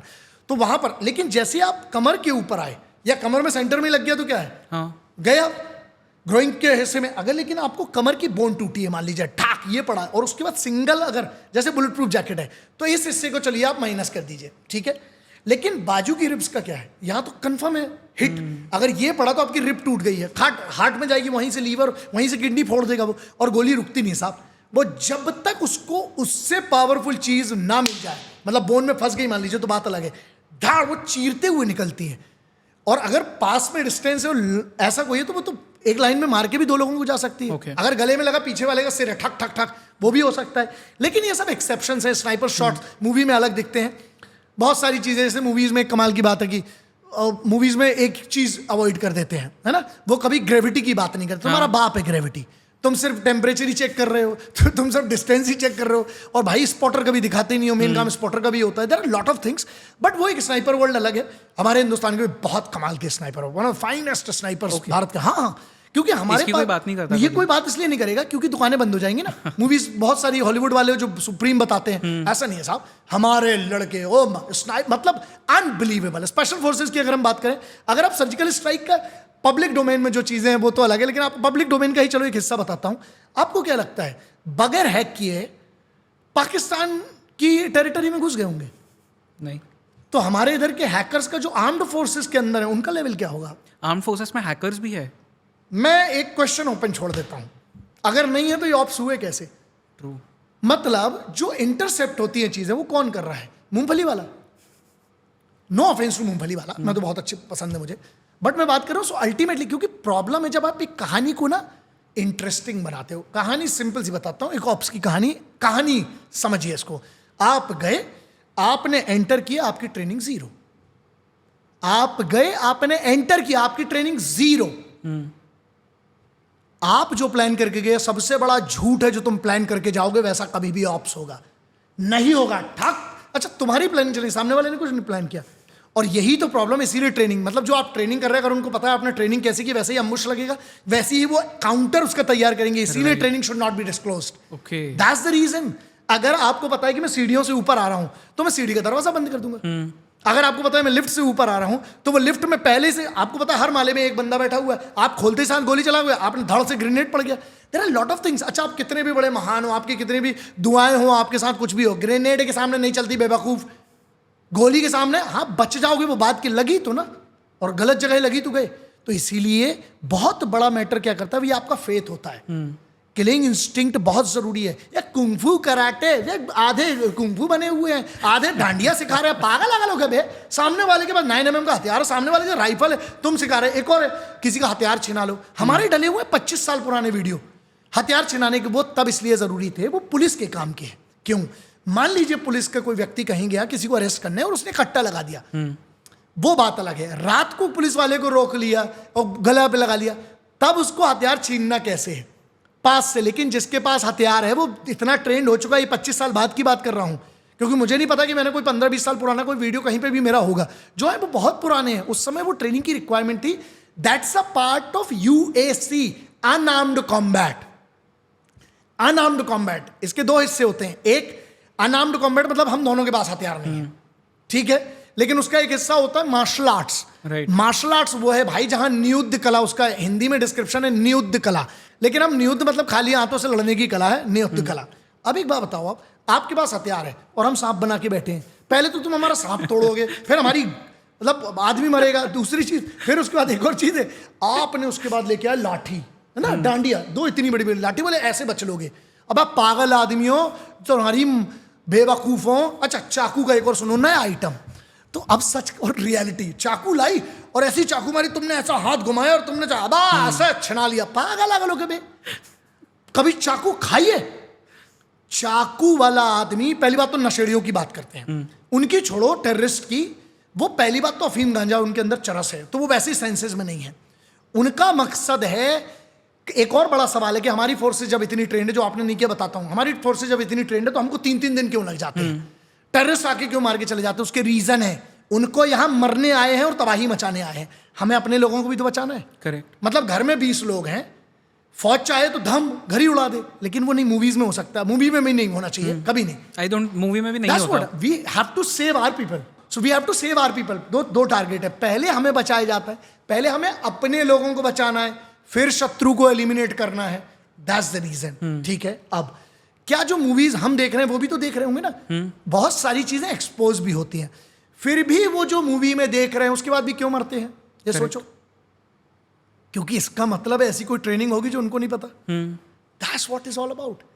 जैसे सिविल में मान लो एक एग्जांपल, तुम तो डांडिया 2 लकड़ी लेके किसी से बच लोगे, कहां से बचोगे बे?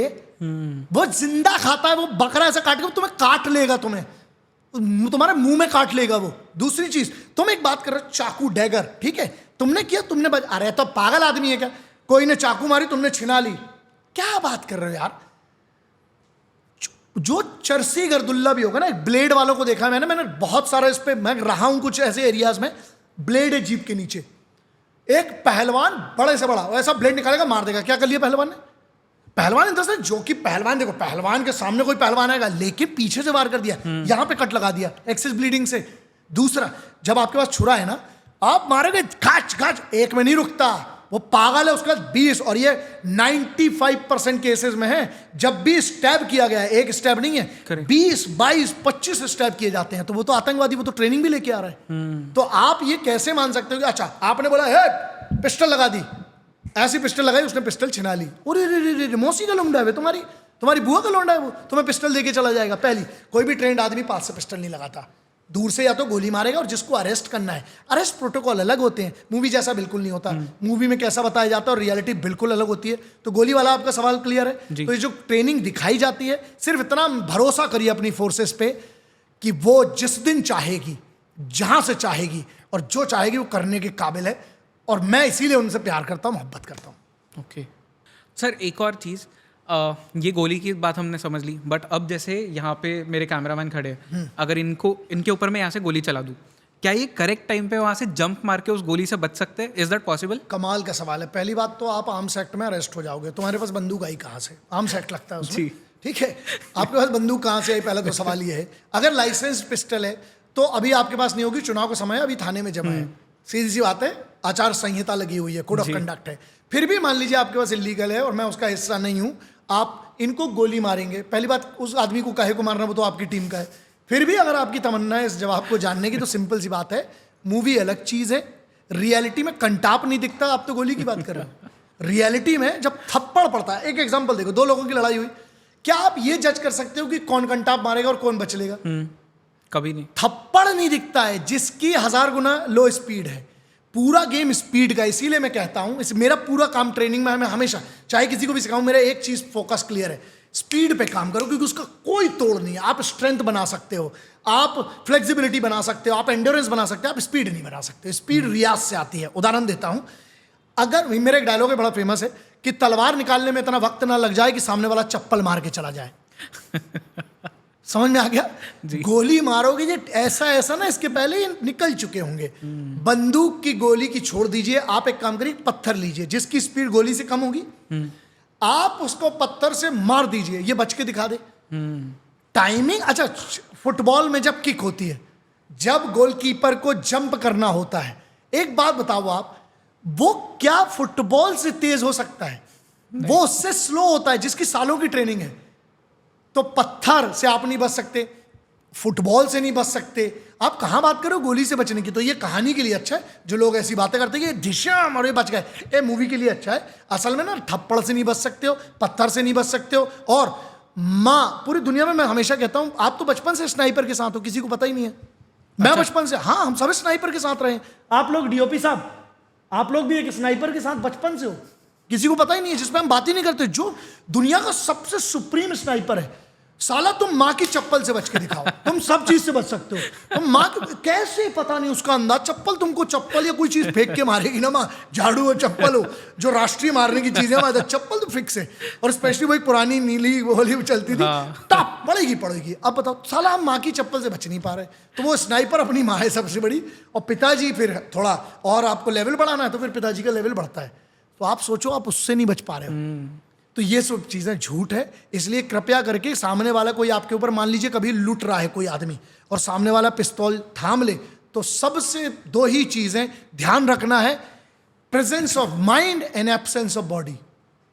भाग जाओ साला उधर से, पहली बात। अगर मौका है, अगर उसने तान ली है तो सरेंडर कर दो, जो चीज मांगे दे दो, वहां पे मत बनो सुप्रीम, मरोगे ये गारंटी है, क्योंकि वो नशे में है और वो गोली चला भी सकता, हो सकता है कई बार डर के। मैक्सिमम गोली इसीलिए हाथ उंगली में जो ट्रेन लोगों को भी ऐसा रखते हैं, और जो बेवकूफ़ होते हैं मैक्सिमम लोग वो फिल्मों में ऐसा कर देते हैं। पागल आदमी, अगर आप बंदूक लेके घुसे, एग्जाम्पल दे रहे हैं, आपके आगे आपका बडी है, ठीक है, आप मान लीजिए हिट में हो, प्रहार में हो, आप सेक्शन में हो, कैसे भी चल रहे हैं, आपके आगे एक आपका पार्टनर है, क्योंकि एड्रेनल है, आपको पता नहीं है, एड्रेनल रश है, यहाँ गोलियां चल रही हैं, आवाजें चल रही हैं, वॉकी आपका वहां पर आपका एक ट्रांसमिशन चालू है, धाम धाम धाम धाम बूम।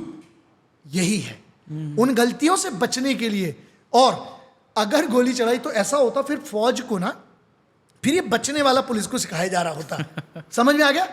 फिर फौज को लड़ना नहीं सिखाया जाता। लड़ने का उद्देश्य और लड़ने का मतलब याद रखिएगा, जब दोनों लोग बराबर होते हैं। तो आप सामने वाले को बेवकूफ मत समझिए, वो भी ट्रेनिंग लेके आया है। तो जब तक हम अपने शत्रु को ट्रेंड मानेंगे तब तक हम ट्रेनिंग करेंगे। इसीलिए भय, डरना जरूरी है। तो डरता है जो आदमी, जैसे सामने वाले आपको गोली मारना है, वो अगर आदमी, और ध्यान रखिए दुनिया का सबसे बड़ा ऑप्शन सेल्फ डिफेंस का सरेंडर है। उस समय के लिए हर जंग वहीं नहीं खत्म करना है, हर लड़ाई वहीं खत्म नहीं करना है। आप उस समय निकल जाइए, चेहरा तो देख लिया, आसपास की पुलिस होगी, उसकी गाड़ी का नंबर देख लीजिए, उसका हुलिया देख लीजिए, और अब तो सीसीटीवी देश में जाल बिछ चुका है। तो कहीं ना कहीं जो आपका गया है, क्या गया? कम से कम तुम्हारा पैसा गया ना। जान सबसे इंपॉर्टेंट, इसीलिए कहते हैं ना, दुनिया में सबसे बड़ी चीज आपकी जान है, तो जहान है क्यों लिखा है? करेक्ट, क्योंकि जान होना चाहिए ना उस समय, इसीलिए बोलते हैं दिमाग चलना चाहिए। अच्छा, अगर आई डोंट नो कि इसको आप किस तरह से आंसर कर सकते हैं, पर एक टेररिस्ट कितना खूंखार होता है? क्योंकि ठीक है, आर्म फोर्सेस के लिए, स्पेशल फोर्सेस के लिए नहीं होगा वहाँ पे, क्योंकि ट्रेनिंग यहाँ पे ज़्यादा है एंड वो इंस्टिंक्ट टू किल है, पर एक नॉर्मल सिविलियन के लिए एक टेररिस्ट कितना खूंखार होता है? पहली बात, एक नॉर्मल सिविलियन टेररिस्ट के अगेंस्ट में कुछ कर नहीं सकता है। Okay, there is a level, बताता हूँ। लेवल 1 ये है, टेररिस्ट की छोड़ दीजिए, एक अगर बदमाश है जिसके हाथ में हथियार है, आप हथियार से खाली हाथ नहीं लड़ सकते। यही तो मुझे मिथ तोड़ना है। ये क्यों गलत चीजें सिखा रहे हो कि अगर तुमने कुछ किसी प्रकार का मार्शल आर्ट्स कर लिया, आपने कुंफू कर लिया, आपने कराटे कर लिया, आपने जूडो कर लिया, या आपने कोई शाओलिन वाली कोई चीज कर ली, आपने कुत्ता बिल्ली बनना सीख लिया, आपने ये कर लिया, नहीं चलेगा, लठ से टूट जाओगे। गन्ने का ऑप्शन मैं बता रहा हूँ, गन्ना लेके मैं आता हूँ, आपकी पूरी टीम को सूटूंगा अभी, एक गन्ने से मारूंगा, आप ले आओ पूरे अपनी कुंफू कराटे सब ले आओ, मार्शल आर्ट्स ले आओ, शाओलिन बन जाओ, कुछ बन जाओ, दे लठ पड़ेंगे आपको। ये समझना पड़ेगा ना। सी रियलिटी है, हम लाठी वाले से नहीं जीत सकते, लठ वाले से। तो आप टेररिस्ट तो बहुत आगे चले गए। वो ब्रूटल है, ब्रूटल इन द सेंस उसको सिखाया गया, वो जल्लाद है, वो कसाई है। आपका अगर खून देखने से उल्टी हो जाती है तो यार आप रहने दो, फिर लड़ाई की बात है। हमेशा दुआ करें, आप जिस जगह में फोर्सेस बनी हुई हैं, आपको पहला सवाल यह है कि आप टेररिस्ट से लड़ना क्यों चाह रहे हो? मतलब टेररिस्ट कैसे, किस सिचुएशन की बात कर रहे हो आप? सही, ठीक है, यहाँ पे मैं बहुत पॉपुलर चीज़ लेगा तो हर लड़का, आई एम श्योर यहाँ पे जितने लड़के सब ने कभी ना कभी, जो पॉडकास्ट भी देखे, कभी ना कभी इमेजिन किया है कि स्कूल में टेररिस्ट घुस आएंगे, हम उनसे लड़ेंगे और पूरे क्लास को बचा लेंगे। बिल्कुल नहीं, उनको मैं उनकी इस भावना का मैं बहुत इज्जत करता हूँ, और इसी को कहते हैं दुष्प्रभाव मूवीज का, वीडियो गेम्स का। जैसे बहुत सारे गेम्स है जो आपको हथियार, आपको उनका नॉलेज हो जाता है, ये हो जाता है। हम तो ये कहते बाकी छोड़ दो, संजय दत्त के बारे में जान लेना, उस आदमी को सजा किसमें होती है? आर्म्स एक्ट में। तो सबसे पहले एक चीज मैं वार्निंग दे रहा हूं, किसी भी प्रकार से अगर किसी दोस्त के पास हथियार है, ना उसको हाथ में लो, ना उसकी फोटो खींचो, ना उसके वीडियो डालो, ना उसको कभी रखो अपने पास और उससे दूर रहो, वरना आर्म्स एक्ट में लंबा जाओगे, खानदान बिक जाएगा, इस टाइप की हालत होती है। पहली चीज। दूसरी चीज, आप टेररिस्ट अटैक होगा जिससे पुलिस हैंडल नहीं कर पा रही। अगर पुलिस नॉर्मल है, जो डिस्ट्रिक्ट फोर्स बोलते हैं, या जो ऑपरेशंस यूनिट नहीं है, क्यूआरटी सबसे पहली यूनिट है, क्यूआरटी क्विक रिस्पॉन्स के लिए जो बनाई जाती है, क्यूआरटी से शुरुआत होती है उनके बराबर पर लड़ने के लिए। लेकिन क्यूआरटीज के ऊपर फिर और डिपार्टमेंट होंगे, फिर आ जाएंगे स्पेशलाइज यूनिट होंगी, पहले डिस्ट्रिक्ट की होंगी, फिर मतलब हम बात करते हैं पुलिस की होंगी, पुलिस की स्पेशली जो ट्रेंड होते हैं वो उसके ऊपर आते हैं जो स्पेशलाइज फोर्सेज है, सेंटर की हैं या सीएपीएफ की हैं। आप जो उन लोग ट्रेंड होते हैं किस लिए, टेररिस्ट से लड़ सकते हो, क्योंकि आपने मूवी में देखा कि आदमी था, उसने फोन का जुगाड़ कर लिया, फिर वो अपने ऐसे किसी आदमी को फोन लगाया जिसने पूरी चीजें लेके आ गया। अच्छा, आप कैसे लड़ना चाह रहे हो? आप स्कूल कैसे गए थे? बंदूक लेके गए थे? आप स्कूल गए कैसे थे? आपके पास पेन है, पेंसिल है, आपके पास कोई कटर तक नहीं है, मान लीजिए हाँ थर्माकोल कटर है, फिर भी बहुत बड़ा ऑप्शन है। लेकिन टेररिस्ट के पास कैसा है? टेररिस्ट किस में आया है? टेररिस्ट क्या करने आया? उसका मकसद क्लियर, आप दिखोगे तो मरोगे। सबसे बेस्ट ऑप्शन देता हूं, कभी भगवान भगवती ना करे ऐसा हो, लेकिन अगर कभी ऐसा होता है तो सबसे पहले आप छुपिए, बगैर आवाज के। पहले तो जूते उतार दीजिए, आप नंगे पैर जा सकते हैं, कड़ा पहना है तो कड़ा, बाली पहनी तो बाली, जो भी चीज खनखनाती, की चेन है जो भी है, इसको दूर करिए। उस दिन के लिए आपकी गाड़ी मैटर नहीं करती है। नंगे पैर आप भागने की कोशिश कीजिए, छुपने की नहीं, भागने की। और बड़ी जो कंक्रीट चीज है उसके पीछे से आप निकलने की कोशिश कीजिए। गलती से भी बाथरूम में मत जाइए, ऐसी जगह पे मत जाओ जहां से कोई एग्जिट नहीं है। छत से लटक के आना पड़े तो आओ, टंकी में कूदना पड़े तो कूदो, कहीं से भी कुछ करना पड़ता है। रही बात लौंडों की, लौंडों को हमेशा पता होता है कमीनों को कि कहां से निकलना है, तो उसका भी उपयोग करो। लेकिन अकेले सबसे पहले, इसीलिए एयर, कभी फ्लाइट में जाते हो तो सीखो, दूसरे की बचाने के पहले खुद की बचाओ। जो बोलते कि अब मास्क वाला होता है ना, कि जब ऑक्सीजन का तापमान कम होगा तो सबसे पहले अपना देखो। उसलिए 3 ही रूल है, survival of the fittest, correct? तो फिट होना पड़ेगा आपको भागने के लिए, इसीलिए तो फिटनेस जरूरी है। और उससे ज्यादा, जो फिटेस्ट से भी ज्यादा होता है, सर्वाइवल ऑफ द सुप्रीम कमीना, जो होगा क्लास का वो बच जाएगा। तो पहले बचो, फिर उसके बाद कहानी तुम बता सकते हो बाहर जाके कि टेररिस्ट खड़ा था, जो मूवीज में होता, फिर हमने उसको घूरा और उसने बोला चल बे, तो उसने बोला ठीक है बे, आज नहीं बे, और फिर वो ठीक है, कहानी अच्छी है। आप टेररिस्ट से नहीं लड़ सकते हो अगर आप एक सिविलियन हो, इंक्लूडिंग अगर आप एक पुलिस के व्यक्ति हो। मैं बोल रहा हूं, बहुत बड़ा स्टेटमेंट दे रहा हूं, पुलिस के पास अगर हथियार नहीं और उसके पास अगर पिस्टल है, वो AK-47 से नहीं लड़ सकता, AK की किसी नहीं लड़ सकता। आई एम टेलिंग यू, और ये बहुत बड़ा स्टेटमेंट दे रहा हूं। इसमें कईयों को लगेगा कि अरे ऐसा नहीं, हमारा निशाना अच्छा है। यहां गेम आता है ड्राइंग का। अगर एक बात होती है, यहां पर ट्रेनिंग की बात आती है, आप क्या सोच रहे हैं? यदि एक हौसले से जीत सकता है, तुकाराम ओम्बले साहब के पास ना उनकी फिटनेस थी, वो ना उनके पास उसके बराबरी का हथियार था, पेट में गोली खाई उस आदमी ने, लेकिन झपट गया और उसी के कारण आपका टेररिस्ट पकड़ा गया। तो कमाल की बात है। लेकिन पुलिस में हम बोल रहे हैं वेपन वर्सेस वेपन है, माइंडसेट वर्सेस माइंडसेट। इस व्यक्ति ने पिछली बार कब टेररिस्ट देखा था? पुलिस इज मोस्टली, मैं पुलिस की बात कर रहा हूं, इंडियन पुलिस एक्ट की अगर बात करो 1861 में, वहां इस लेवल की बात नहीं थी। हम बात कर रहे हैं माइंडसेट की। इसका माइंडसेट है अपने लोगों को बचाना, पहली बात। उसके साथ जितना ज्यादा से ज्यादा उसको डिले कर पाए, जब तक ट्रेन लोग आ जाएंगे और उससे लड़ पाएंगे, वो पहला ऑप्शन है। अगर हथियार है, अब यहां पे क्वेश्चन ये, क्या वो हथियार पिछली बार कब चला था? वो तो जो हथियार लेके आ रहा है वो तो कल ही चलाया था उसने, करेक्ट। तो एक तो ये अभी वेपन वर्सेस वेपन है।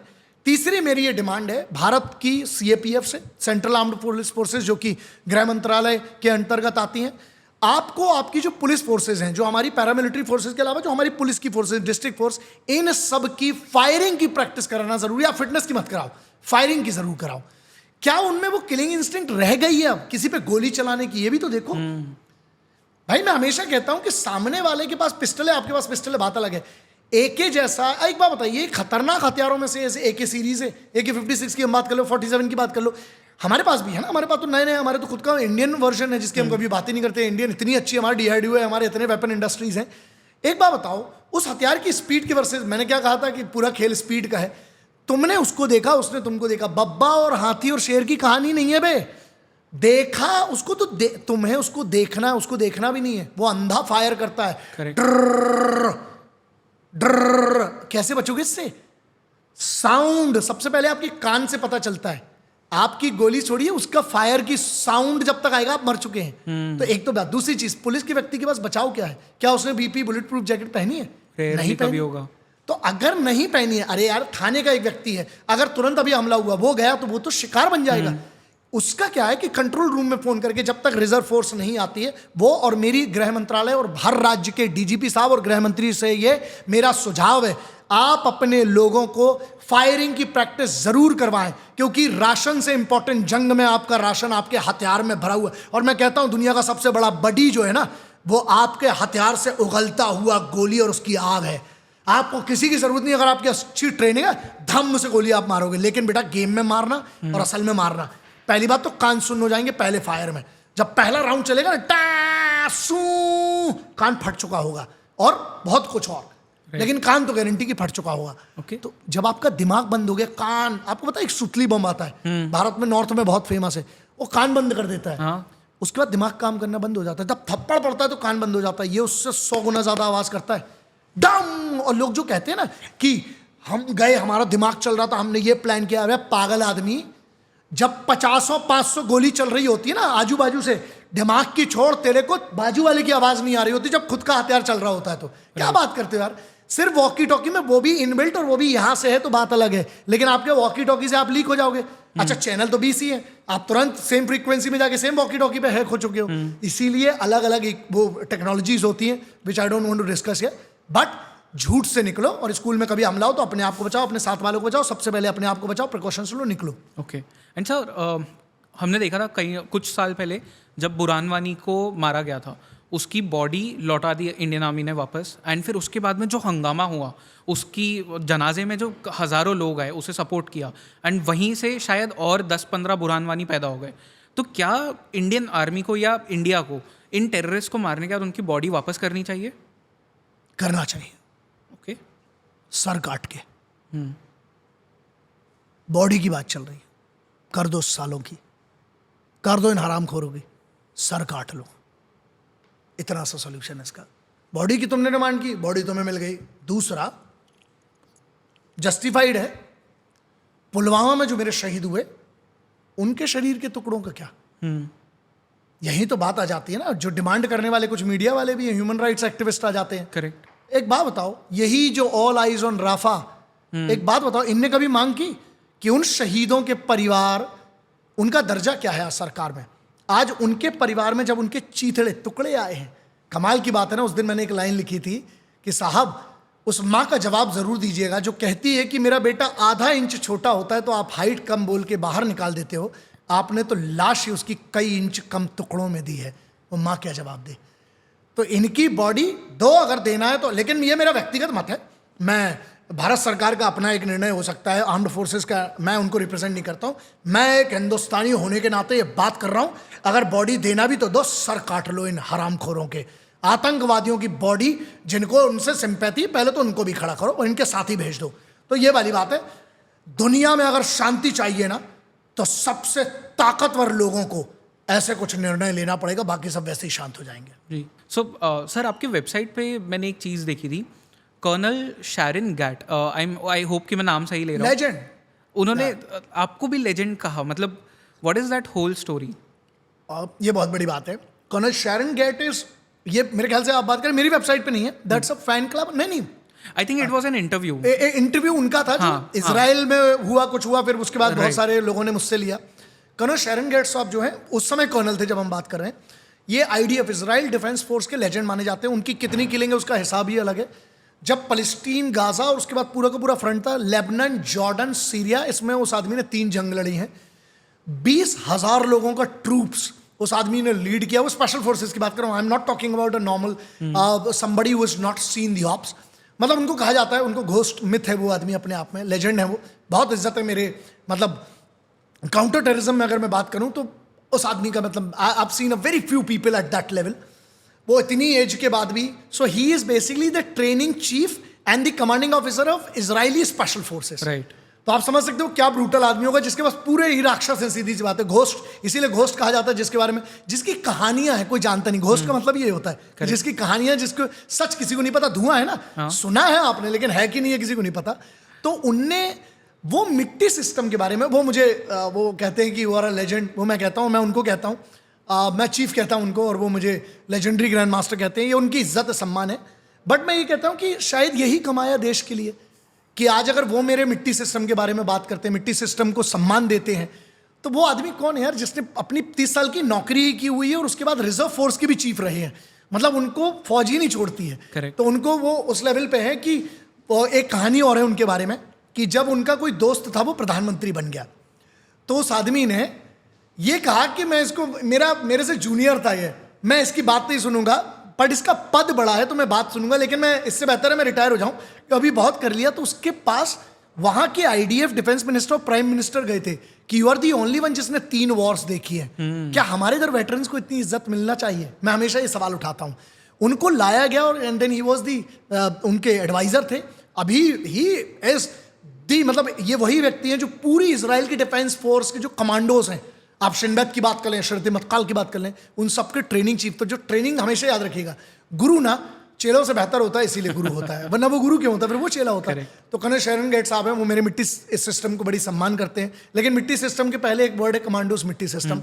तो मैंने उनसे बहुत सीखा, एंड अगर वो लेजेंड बोलते हैं तो मेरे लिए बहुत इज्जत की बात है, क्योंकि एक ज्यू एक इजरायली स्पेशल फोर्सेज का इतना सीनियर अधिकारी, अच्छा उनकी कर्नल की जो रैंक है हमारे इधर की कर्नल रैंक अलग है, उनकी सीनियर होती है, तो बेसिकली वो बहुत सीनियर लेवल पे आ जाते हैं।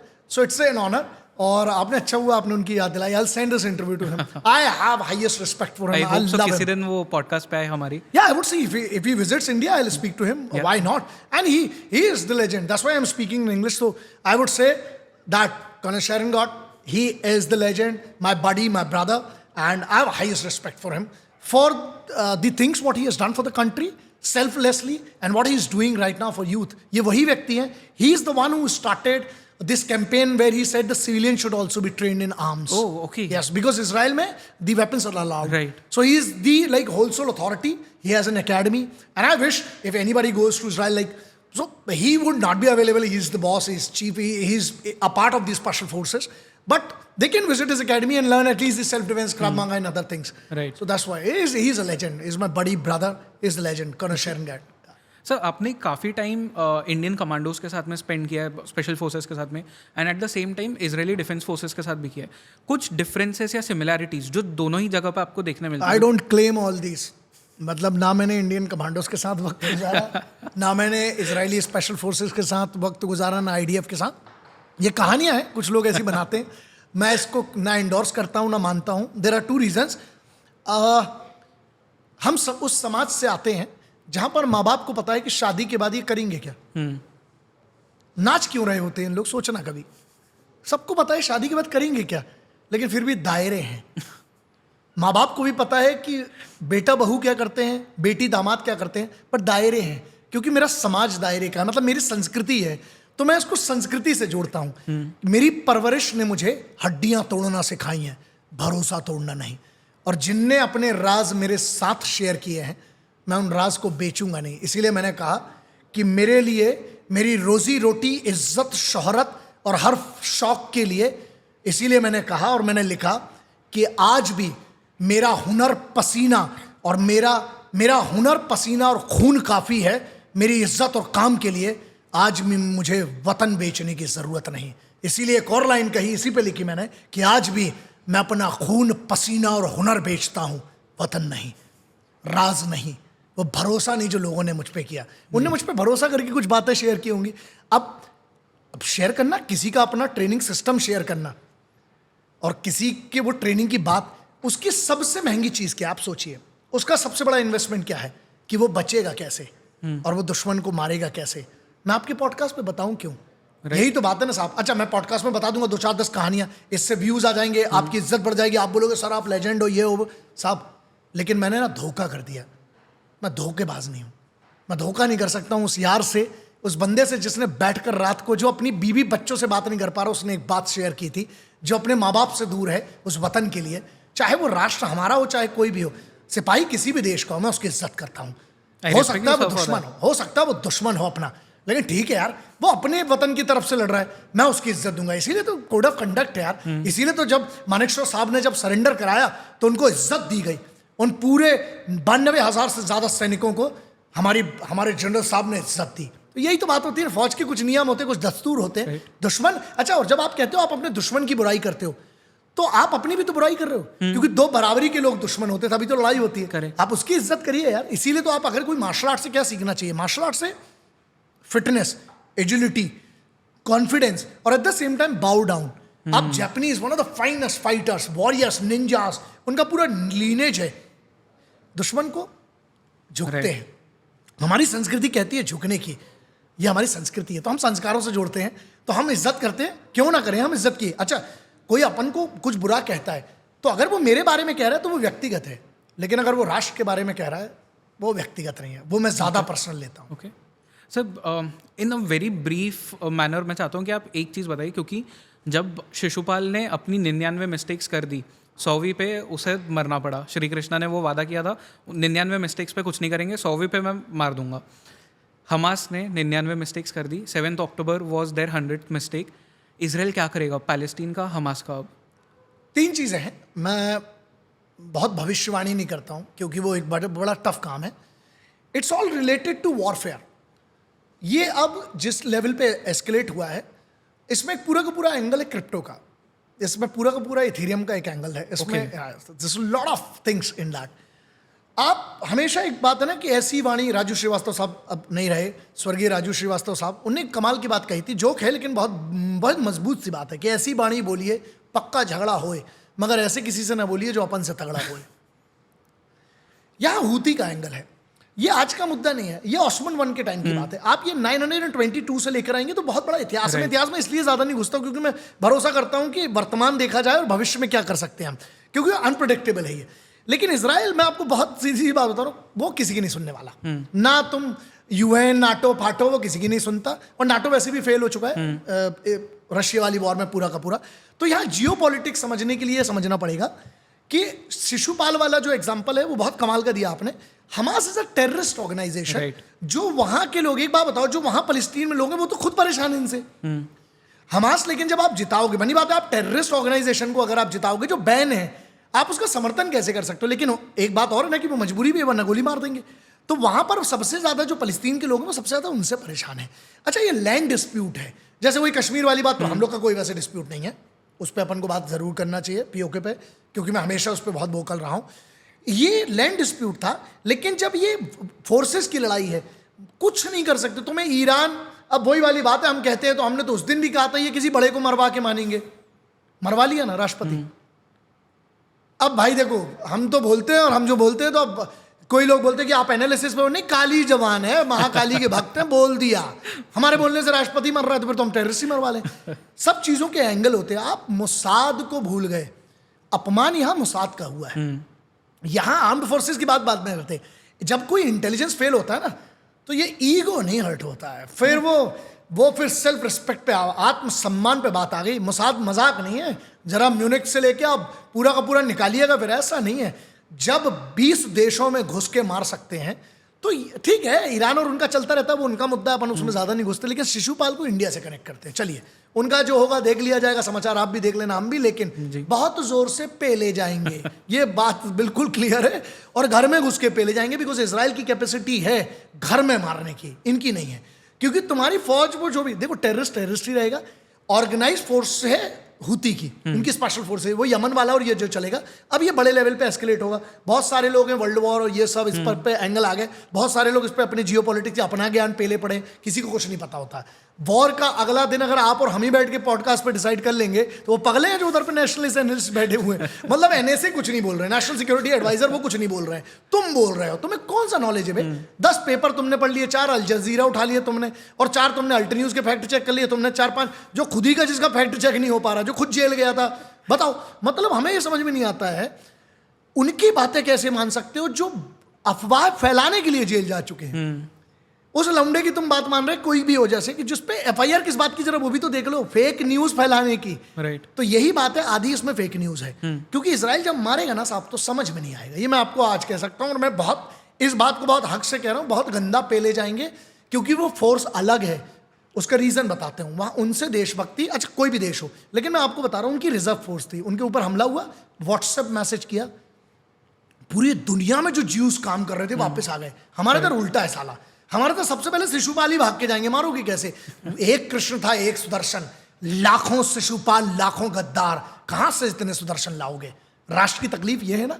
हम अब हमारे सीडीएस राउत साहब, स्वर्गीय अब नहीं रहे, जो हमारे सीडीएस थे, चीफ ऑफ डिफेंस स्टाफ, जब उनने एक बात कही थी कि 2.5 फ्रंट पे हमें लड़ना पड़ेगा, मैं एक और बहुत बड़ा स्टेटमेंट दे रहा हूं जो कोई लोगों को बुरा लगेगा, 3.5। मतलब वो कहते थे कि चाइना हो गया, चाइना फ्रंट हो गया, पाकिस्तान फ्रंट हो गया और अंदर का इंटरनल हमारा, ठीक है। मैं कह रहा हूं 1.5 मानो इंटरनल को। ओके हमारी प्रॉब्लम इंटरनल है, हमारी इंटरनल सिक्योरिटी का बहुत बड़ा प्रॉब्लम है। दंगे कितने हो रहे हैं और ये बढ़ेंगे। मैं हमेशा बता रहा हूं, आप अगर कोई दंगा होता दंगे में, वो बेचारा पानीपुरी वाले के में आप नहीं सोच रहे हो, कल को आपका भी कोई हो सकता है, आपका बच्चा स्कूल में और उस दिन दंगे हो गए, उस दिन आपको समझ में आ जाएगा कि मैं क्यों बोल रहा था। जिस दिन आपके पिताजी और माताजी को एम्बुलेंस में आपको ले जाना और उस दिन दंगे हो गए, उस दिन आपको समझ में आएगा। दंगों का किसी को पता नहीं और किसी के सगे नहीं होते। दंगे बहुत सारे अलग अलग लेवल पे होते हैं। पहली बात तो ये, आपको दंगे तोड़ रहे हैं तो आप मनी को ट्रेल पकड़िए। मनी ट्रेल पकड़ना अब वो बहुत हो गया, ब्लैक मनी पकड़ रहे हैं, अरे कुछ नहीं होने वाला ब्लैक मनी। अब पूरा का पूरा इंक्रिप्शन पे है, कोड है। इसीलिए मैं कह रहा हूं, मैंने जो कहा था वो मैं इसलिए डिस्क्लोज नहीं करूंगा बिकॉज दैट्स अल्टीमेटली क्वांटम जिस दिन आएगा उस दिन मैं बात करूंगा, और उस दिन अलग से आपसे बात करूंगा कि how the terrorism is funded. Hindustan की बड़ी प्रॉब्लम क्या है, हिंदुस्तान को बाहर से फंड चाहिए नहीं, चाहिए ही नहीं। आपको हम बात कर रहे हैं स्विस बैंक की और ये सब की, छोड़ दीजिए। भारत में ही जो करेंसी घूम रही है, these are moves, big moves. जो करेंसी जब बहुत सारी चीज होती है, डिमोनेटाइजेशन ये वो, लेकिन उसके बाद भी गोल्ड का क्या किया हमने, राइट। सोना सबसे बड़ा है आज। अच्छा, सोने का हिसाब किताब अलग है। सोने का तो हम पता नहीं कहाँ कहाँ मिल जाएगा आपको, गुम्मतों पे मिल जाएगा, घरों में मिल जाएगा, कहाँ कहाँ। उसका क्या है भाई, सबसे लिक्विड में तो वो डला हुआ है। Correct. और अब उसका बाप क्या आ गया है, आपने की है आपके पास, जिसमें आपके पास पैसा है जो कि पार्क्ड है। जब तक हम उसको कंट्रोल नहीं करेंगे, हमारी मॉनेटरीज बॉडीज नहीं आएंगे। We are in a big risk. और हिंदुस्तान में इतनी पॉपुलेशन है, मजाक में भी बंदूक चला देता है तो 20 लोग मर जाएंगे। हमारी पॉपुलेशन है और हमारे इधर ट्रेन लोग नहीं है। हमारे इधर लोगों को यही नहीं पता भगदड़ में कितनी हत्या मृत्यु हो जाती है। So there are lot of layers. जैसे आप मान लीजिए इसराइल में कुछ होता है तो उनको पता है शेल्टर होम कैसे जाना है, राइट। सायरन हो जाता है, आयरन डोम है उनके पास। तो यहां पर पूरा इंटेलिजेंस वाला वॉरियर था। हमारे देश में बहुत बड़ी 3.5, जब मैं कह रहा हूं 1.5 मानो 1.5 मानो इंटरनल सिक्योरिटी, और हमारे अंदर जो प्रॉब्लम चल रही है। और एक चाइना को मान सकते हैं हम, पाकिस्तान को मानने की कोई जरूरत है नहीं, सच में नहीं है। अरे तुम्हारे पास धोने को पानी है नहीं, खाने को अनाज है नहीं। और मुझे बुरा लगता है जो पाकिस्तान की आवाम है, क्योंकि आप सोचो वहां पर ना 2 थप्पड़ मारते वो प्रधानमंत्री बदल देते हैं। Correct. और पता नहीं अब बकलोलों को चुन लेते हैं। उन लोग कहाँ, उनके जनरल साहब के इधर से मोर चुरा के ले गए, उनके जनरल साहब का फ्रिज चोरी हो गया, तो उनके इधर की खुद की बुरी हालत है। और वो चमनचू को तुम लोग हर बार चुन लेते हो, पगले को। C4 है वो, बकलोल है, चरसी गर्दुल्ले है। उन लोग चाय तो पेपर पे लिख के चाट रहे हैं आज की डेट में, चाय तक तो नसीब नहीं है उनको। हाँ बेवकूफ और बता सकता हूँ, इस पे तो अपना फेवरेट टॉपिक है उनके लिए, सिर्फ इतना CKM के भी और PKM के भी। उनकी आवाम के लिए बुरा लगता है मुझे, जो वहाँ के लोग हैं वो भी बेहतर फ्यूचर, बट वही है ना, गलती कर दी, हट गए हमसे। आज हमारे पास होते तो कुछ ना कुछ तो मिल ही रहा होता, कुछ ना कुछ तुम्हें मिल रहा होता, तुम कुछ ना कुछ बेहतर करते। But there are things. तो हमें शिशुपाल बहुत है, हमें बहुत सुदर्शन चक्र लगेंगे। वैसे NSG जो है, नेशनल सिक्योरिटी गार्ड, जिसको हम ब्लैक कैट कमांडोज बोलते हैं, उसका बैच आप कभी देखिए, वो सुदर्शन चक्र है। ये रीजन नहीं हो सकता, लेकिन सुदर्शन चक्र बहुत लगेंगे हमें। सुप्रीम है सुदर्शन चक्र। कभी बैठेंगे तो भगवान की लड़ाई पे बात करेंगे, जब सुदर्शन और विष्णु की लड़ाई होती है, वो भगवान विष्णु की लड़ाई है सुदर्शन के साथ, तो वो भी है। तो ये मुझे लगता है ये मेरे हिसाब से, बट पहले जाएंगे, लाइन लगेगी, सबको मिलेगा। सर आपसे एक और चीज़ मैं पूछना चाहूँगा, बिकॉज आपने बहुत ज़्यादा टाइम इसराइल में भी स्पेंड किया है, एंड थोड़ा बहुत कह सकता हूँ। सो मेरे अगर टाइमलाइन को देखेंगे तो उसके हिसाब से तो बहुत ज़्यादा। तो कुछ दिन पहले आपने सोशल मीडिया पे देखा होगा, एकदम से स्टोरीज का एक फ्लड आया, ऑल आइज ऑन राफा। और उसी के साथ में फिर कई लोग थे जिन्होंने स्टोरीज पोस्ट की थी, ऑल आइज ऑन हिंदूज इन पाकिस्तान। इन दोनों को लेके आपके क्या ओपिनियंस है? क्या एक इंसान को, जहाँ पॉपुलर ओपिनियन ये है कि ब्रुटैलिटी हो रही है, उसके अगेंस्ट आवाज़ उठानी चाहिए या नहीं उठानी चाहिए? क्योंकि इसमें बहुत सारे लोगों के बहुत सारे ओपिनियंस हैं। 2 नैरेटिव है, हम अपनी ओपिनियन रखते हैं। हमको सच बताएं तो आपकी ओपिनियन का हम सम्मान करते हैं, बहुत सीधी सी बात है। और यही ध्यान रखिएगा, सबके अंदर यही भावना होती है, कुछ बोलते हैं कुछ नहीं बोलते। मैं आपकी ओपिनियन का सम्मान करूंगा बहुत, लेकिन हमको घंटा फर्क नहीं पड़ता। अब इस पूरे वाक्य को और पूरे उसको समझने के लिए एक मेरा बहुत बड़ा सेंटेंस है, वो आपको समझ में है। लौंडों को अटेंशन चाहिए, मर्दों को प्यार और इज्जत। लौंडों को अटेंशन चाहिए, मर्दों को प्यार और इज्जत। लेजेंड्स को घंटा फर्क नहीं पड़ता तुम क्या सोचते हो। ठीक है, हमने अपना विचार रख दिया। ब्रूटैलिटी, जहां इजराइल की हम बात करते हैं, देखिए इजराइल, मैंने इसीलिए स्टार्टिंग में कह दिया था, चर्चिल वाली बात है, वही इजराइल और फलस्तीन का इशू है। ये 2 देशों के बीच की बात है। चाहे वहां पर कोई अरब की मृत्यु हो, हत्या हो, मृत्यु की बात नहीं कर रहा हूं, हत्या हो, या ज्यूस की हो, दोनों गलत है, बिल्कुल कंडेम, बिल्कुल सीधी सी बात है उसके। हमारा तो धर्म वही वाली बात है ना, सनातन तो सबसे पहले दुनिया को मिलाने की, वसुदेव कुटुंबकम की बात कर रहे हैं ना, सबको मिलाने की बात कर रहे हैं। तो था तो हमारा ही, हम अखंड भारत की बात करें जहां पर बहुत सारी चीजें। अब दूसरा यहां पर मैटर ये आता है कि जो कह रहे हैं कि मासूमों को मारना जस्टिफाई है, वो गलत है, चाहे वो कोई भी हो, चाहे वो भारत में बैठा हो, चाहे दुनिया के किसी कोने में बैठा हो, वो गलत है। इतना क्लियर हो गया। दूसरा, अब आपने ये कहा कि ओपिनियन क्या है। ओपिनियन बहुत सिंपल सी है, ऑल आईज ऑन राफा की हम बात करते हैं। जितने लोगों ने किया ना, 99% को राफा का मतलब भी नहीं पता होगा। अरबिक में उसका मतलब है शांति। वैसे दोनों अरबिक भी देखें, हिब्रू देखें तो रफा रफा रफा रफा 3 वर्ड है उसके, आप जिसमें मान लें उसको। इसके हिसाब से होता है पीस की भी बात होती है, इसके हिसाब से जो आपको बहुत पसंद हो उसकी भी बात होती है, होलीनेस की भी बात होती है। बट ये फेमिनिन वर्ड है, बेसिकली बच्चियों का नाम होता है मैक्सिमम, अगर हम बात करें तो रफा। अब एक बात बताइए कि वीडियो जो आए बाहर, ठीक है, डीप फेक के टाइम पर पहली बात तो आप कर ही नहीं सकते जी, नहीं तो फिर तो सबको सच मानो। हाँ, ओवैसी हनुमान चालीसा गा रहा था हाँ, तो भैया वो कैसे गा रहा था? या अरे द्वारपालो कन्हैया से कह दो, वो गाना बहुत मेरे को किसी ने भेजा, बट डीप फेक बहुत चल रहा है ना जी सर। डीप फेक है, मैं नहीं मानूंगा वो चीज। अब एक है डीप फेक, तो पहली बात तो है कि आप जितने लोगों से जिन्होंने शेयर किया, इनमें से कोई भी फॉरेंसिक एनालिस्ट है? कोई भी नहीं है, सब सोशल मीडिया पे बस अपना वो चलाना चाहते हैं। सोशल मीडिया में अगर कल को ये चल जाए कि जो लिख रहा है, मान लीजिए एक लड़के ने लिखा, उसका नाम है पप्पू, तो मान लो कोई पप्पू है, उस पप्पू ने एक बात कह दी कि पप्पू का जो बाप है वो बाजू वाला है। पप्पू उसको ट्वीट करेगा? नहीं। क्यों नहीं करेगा? क्योंकि उसे सच पता है। उसको समय ज्ञानी बन जाएगा। तो फिर जब तेरे को इस बार, अच्छा तो रूल तो सेम है ना, तर्क तो सेम है। क्या तुम राफा में थे? नहीं थे। क्या तुम इजराइल डिफेंस फोर्स का हिस्सा हो? नहीं थे। क्या तुमने एयरफोर्स का प्लेन तुमने देखा? नहीं देखा।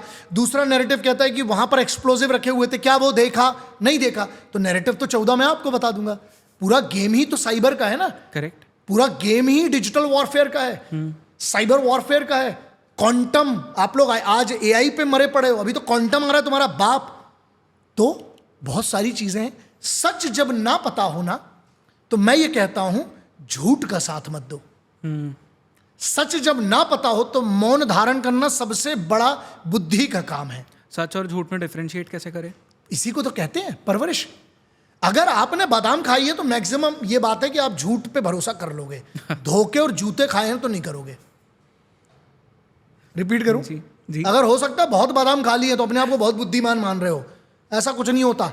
दूध पीने ही से सब कुछ हो रहा होता तो बछड़ा साइंटिस्ट होता। और अगर पानी में ही नहाने से रोज कुछ हो रहा होता तो मछली जो है वो, फिर तो मछली तो सबसे ज्यादा खुशबू मार रही होती। करेक्ट। अब पागलों टाइप की बात करते हो। ये बहुत पता नहीं है। सुबह उठने से, अरे सुबह से मुर्गा भी उठ रहा है बे, लेकिन सुबह मुर्गा उठ के ना वो चीता नहीं बन गया। तो ये हर बहुत सारे कॉन्सेप्ट जिसके मैं खिलाफ हूं। तो ये मिथ वर्सेस रियलिटी हो गई ना। मिथ क्या है? अगर इजराइल डिफेंस फोर्सेस का कुछ एक्शन है तो भैया उसको आप और हम कैसे निर्धारित करेंगे? भारत सरकार ने इसमें पक्ष क्लियर कर दिया था। गवर्नमेंट ऑफ इंडिया ने क्या कहा, वो गवर्नमेंट ऑफ इंडिया के लोगों से पूछिए। मुझसे आप ये पूछ सकते हो कि मेरा पक्ष क्या था, वो उसमें मैं वीडियो कर चुका हूं। Do you want me to repeat that? नहीं, do you want me to put my narrative और माय परसेप्शन, तो मैं वो भी रख सकता हूं। लेकिन मेरे हिसाब से आप और मैं दोनों नहीं थे। लेकिन हाँ, ऑल आइज ऑन हिंदूज। मैं बताता हूं, मैं क्या मेरे आधार कार्ड पर या मेरे जो पासपोर्ट है उस पर या मेरे जो डॉक्यूमेंटेशन है उस पर अगर मेरे उस पर हिंदू लिखा गया है, मैं चाहता था उस पर सनातन ही लिखे, लेकिन क्योंकि पॉलिसी हिसाब से हिंदू लिखा हुआ है, वरना मैं अखंड, मुझे बहुत अभिमान है इस बात पे कि मैं सनातन ही हूं और हिंदू उस पर लिखा हुआ है, मैं उसको मानता हूं। तो अगर मैं हिंदू के हिसाब से बात करूंगा तो ऑल आइज ऑन हिंदू पे हिंदू उसका समर्थन करेंगे, मुझे लगता है। लेकिन मैं उस पर्सपेक्टिव से मैंने नहीं लिखा। मैं तो डेटा की बात कर रहा हूं। तुम अपने लौंडे बेटा की बात करो, मैं तो डेटा की बात करूंगा। तुम्हें अपने बेटे पे भरोसा है, मुझे अपने डेटे पे भरोसा है। मेरा डेटा क्या कहता है, जो मैंने रिसर्च किया, और आप पढ़ सकते हैं इस पे। मैं ये कहता हूं कि ब्रूटैलिटी होती है। और चलिए पहले मुस्लिम की बात करें। अगर आप कहते हो कि मुस्लिम की बात हुई, हमारे इधर के सो कॉल्ड नहीं है, सेलिब्रिटी है, मैं इसको नकारता नहीं हूं। सभी सेलिब्रिटी का मतलब क्या होता है? जो इंसान, आप सर्च करिएगा, मुझे जितना पता है कि जो भी आदमी अटेंशन जिसको मिलती है, हाँ, आपके हिसाब से सेलिब्रिटी का मतलब क्या है, आप बताइए, फिर मैं उसका उत्तर देता हूँ। जो भी इंसान को सबसे ज़्यादा सोशल मीडिया क्लाउट मिलता है या सोसाइटी में क्लाउट मिलता है वो सेलिब्रिटी है। तो मतलब उसामा बिन लादेन, हाफिज सैयद, ये दाऊद celebrity- इब्राहिम। ये गलत रीजन से, पॉजिटिव रीजन से। आपने कहा, आप अपने तर्क पे रहो। ठीक है, ये नहीं है अकॉर्डिंग टू मी। तो फिर सेलिब्रिटी कौन है? जिसे पॉजिटिव सोशल क्लाउट मिल रहा है। नहीं, लेकिन आपने नेगेटिव वाले को भी तो मिल ही रहा है। नेगेटिव वाली को लेकिन सर गलत रीजन से मिल रहा है, टेररिज्म के लिए मिल रहा है वो वहाँ पे। बस यही डिफरेंशिएट जिस दिन कर लिया, यही तो तर्क है। क्या हर फेमस आदमी सही है? नहीं, बिल्कुल नहीं। अच्छा, मतलब तुम्हारे चाचा के या मान लो तुम्हारे पड़ोसी के 1 लाख फॉलोअर है, तुम्हारे बाप के 5, तो बाप का नाम बदल दोगे सालों? नहीं। यही मुद्दा है। क्या हर वो आदमी जो फेमस है, जो रोज वायरल होता है, अरे वायरल तो कैसे कैसे हो गए कहां? वायरल होने के बाद टिकता कौन है, मैटर ये करता है। क्यों सचिन तेंदुलकर साहब, क्यों लेजेंड माना गया? है बड़ा, है ना, सब गए सब शोज में, नहीं गया तो नहीं गया, अपनी मर्जी का मालिक। क्यों रतन टाटा साहब थे, तो बहुत सारे लोग हैं, मैं हाईएस्ट रिस्पेक्ट उन्हीं की करूंगा, बहुत सारे व्यापारी आए, लेकिन क्यों 10 को ही आप जानते हो दुनिया में? रीजन ये है आप किस लिए फेमस हो। ठीक है, क्या एक आदमी को बहुत गालियां पड़ रही हैं वो फेमस हो सकता है? कोई सही है और उसको गालियां पड़ रही हैं? क्योंकि जब आदमी की फटती है तो चिल्लाता बहुत है, ये भी है ना। हो सकता है आपने कुछ ऐसा लिख दिया कि आदमी की बहुत जल गई तो भी गालियां पड़ती है, और हो सकता है आपने बिल्कुल सही कहा और आप वायरल नहीं हुए। उदाहरण देता हूं आपको, डेटा कंजम्पशन पोर्नोग्राफी में सबसे ज्यादा है, ठीक है, लेकिन कुछ ऐसे चैनल्स हैं जो पेरेंटिंग सिखा रहे हैं, या आस्था चैनल की हम बात कर लें, बहुत सारे ऐसे चैनल्स होंगे जो अच्छा सिखा रहे हैं। डिस्कवरी पर और पोर्नोग्राफी पर दोनों का डेटा देख लो, या नेट जियो पर, या जो हिस्ट्री चैनल्स हैं उससे ज्यादा तो पोर्नोग्राफी पर ज्यादा ट्रैफिक है। तो मतलब पोर्नोग्राफी फिर तो बिल्कुल ही सही हो गई। नहीं, बिल्कुल नहीं। अब यहां पर बात आती ना, लेकिन पोर्नोग्राफी गलत तो सही है, सरकार निर्धारित करेगी, मैं और आप कौन होते हो? हाँ, राइट टू प्राइवेसी में जो चीज कवर्ड है मैं उसमें उंगली नहीं करूंगा, वो सरकार जिस दिन निर्धारित कर लेगी। अच्छा, देखना नहीं देखना वो सबकी मर्जी है ना, कौन अपने घर के अंदर क्या करे वो अलग बात है। अब लोग बोलेंगे इसमें संस्कार की बात आ गई, अबे 125 करोड़ से ऊपर हो बे, संस्कार की बात नहीं करो तो अच्छा है। समझ में आ रही बात? जी सर। मतलब बहुत सारी चीजें हैं। आज एक यूथ है, मैं कहता हूं कि बहुत बड़ी चीज है, एक लौंडा जो पोर्नोग्राफी देख रहा है और एक जो रेपिस्ट है, मैं पोर्नोग्राफी वाले को सही मानूंगा। इसमें बहुत लोग हर्ट हो जाएंगे, हमको घंटा फर्क नहीं पड़ता।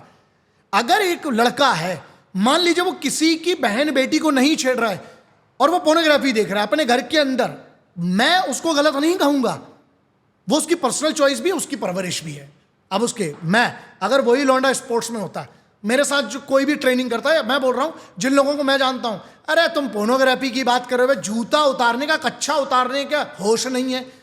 आदमी जाके सीधा बिस्तर पे गिरता है। आपको हम चैलेंज दे रहे हैं, आप जरा 14 से 18 घंटे काम करिए, हम पूरी दुनिया का आप डेटा रख लो, फ्री मिलेगा आपको, दम है तो देख के दिखा दो। थका हुआ आदमी ना जब काम करके जाता है, कहाँ लगे साहब, लेकिन यूथ होता है, उम्र होती है, टेस्टोस्टेरोन का लेवल होता है, सब चीजें हैं, करो कोई बात नहीं, आज आप एंजॉय करो, कल औलाद होगी नहीं, फिर हमसे मत बोलना बेटा।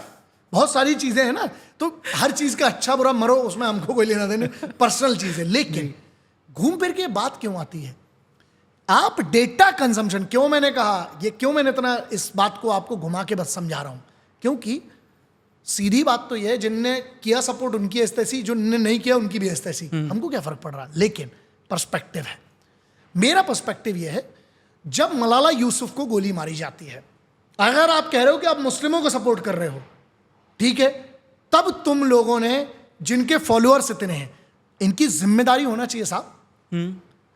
अंदर से एक जिम्मेदारी नहीं है आपकी, आपको लाखों करोड़ों लोगों ने इज्जत दी यार, अपना डेटा दिया, अपना समय दिया। दुनिया की सबसे महंगी चीज क्या है आपके हिसाब से? समय, अटेंशन।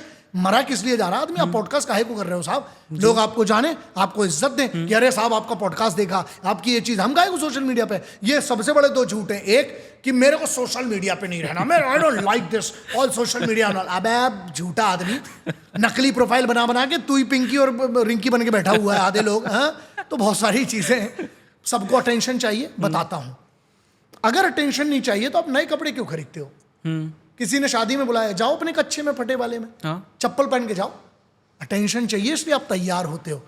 इसीलिए मुझे लगता है एवरेज लड़के जो हैं वो नहा भी लेते हैं अटेंशन के लिए। हाँ, नहीं तो नहाते ही नहीं। हाँ, नहीं, अरे लड़के लड़कियां क्या, ये कौन सी गारंटी, किसी ना किसी का बाथरूम नहीं देखा भाई और ना देखना चाहिए। लेकिन बात ये होती है, लड़कों को जो टारगेट किया जाता है कि तुम टेकी रहते हो, वो लड़का हो सकता है अपनी रिसर्च में लगा हुआ है, ठीक है ना, दैट्स अ डिफरेंट थिंग। आप उसको टेकी कैसे बोल सकते हो? ये अधिकार भी बहुत बड़ी बात है। इसी को ना बुली पे आएंगे अपन बाद में। मुद्दा क्या है? अटेंशन। अगर आप सेलिब्रिटी स्टेटस है, मतलब आपको ब्लू टिक तो कुत्ता कर दिया, 2 कौड़ी की औकात नहीं रह गई ब्लू टिक की, तो मान लो अगर आप सेलिब्रिटी फिर भी हो, जो मतलब ठीक है आपको फॉलोअर है, मान लीजिए आपको 50,000 लोग भी फॉलो कर रहे हैं, आपका दायित्व है, ये जिम्मेदारी आपकी ये है कि आप जो भी निर्णय लें बस 5 सेकेंड उसके लिए सोचे पहले। समर्थन करना, विरोध करना, वो आपका डेमोक्रेटिक अधिकार है, वो आपकी, हम डेमोक्रेसी में है, वो आपका ओपन फोरम है। इंटरनेट जो है, अभी तक उसकी इतनी बड़ी कोई गाइडलाइन है नहीं, वरना पूरी दुकानें बंद हो जाएंगी। लेकिन आपने जो पोस्ट किया, आपने क्या सोचकर पोस्ट किया, ये फॉलोअर्स को समझना है, मुझे नहीं। अब यहां हिंदू मुस्लिम सिख ईसाई कैसे हो गए? करेक्ट। क्योंकि यहां आप एक तरफ तो आप कह रहे थे कि हिंदू मुस्लिम एकता नहीं है, तो आधे हिंदू मुस्लिमों को सपोर्ट कर रहे हैं और आधे मुस्लिम सेलिब्रिटी हिंदुओं को सपोर्ट कर रहे हैं। ये क्या है? तो ये भी तो बात आती है ना जी। हर मुस्लिम ने पोस्ट भी नहीं किया और हर हिंदू ने रुका भी नहीं। तो जब आप फेमस हैं, आपकी जिम्मेदारी थी ये कि आप पहले समझें कि अफवाह है, अच्छा ओरिजिनल अगर है तो आपकी सोर्स क्या है। आप तो थे नहीं। रही बात मीडिया की, तो 90% तो आप भी जानते हो फेक न्यूज है। करेक्ट। 90% फेक न्यूज है। आप अभी देख लीजिए कितना बड़ा स्कैंडल है सुप्रीम कोर्ट का, जो उस पर अपन आएंगे, लेकिन वो बड़ा इंपॉर्टेंट टॉपिक है कि फंडिंग, ये सोरोस चच्चा आधों के बैठे हुए हैं, उस पर भी बात करेंगे। बहुत सारी फाउंडेशन है ना।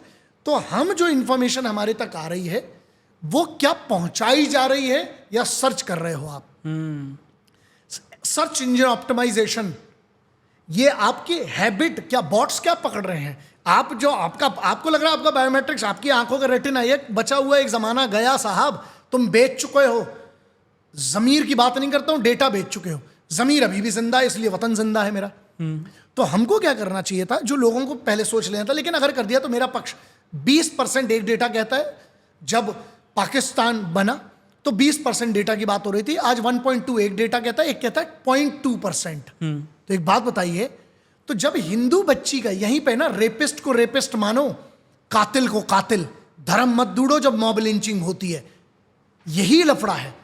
सिलेक्टिव जो लोग हैं, मुझे उससे तकलीफ है, इसीलिए मैंने कहा क्यों बवासीर हो गए, इनको पाइस हो गए अंगूठों में ट्वीट करने के लिए। मलाला यूसुफ में कहा थे, चलिए मणिपुर वायलेंस हुआ तब तो सब चुप थे, क्या हो गया? इसी मई के 4 तारीख 5 तारीख को हमारे 5 व्यक्ति, हमारे 5 शहीद होते हैं एयरफोर्स के जवान कश्मीर में, तब क्या हो गया था इनको?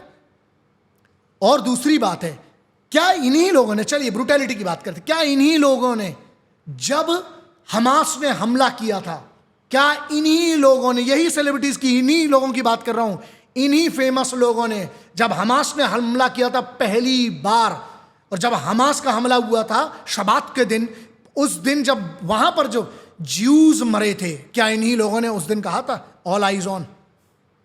एक ही सवाल है ना। तो ये कौन सी बात हो गई? मत ना ना ना ना ना ना, ये बात नहीं है। 5 फुट 6 इंच के हो तो 5 ही फुट 6 इंच रहो। कभी जूते पहन के 6 फुट के हो जाते हो, फिर घुटना फोल्ड करके तुम छोटे हो जाते हो।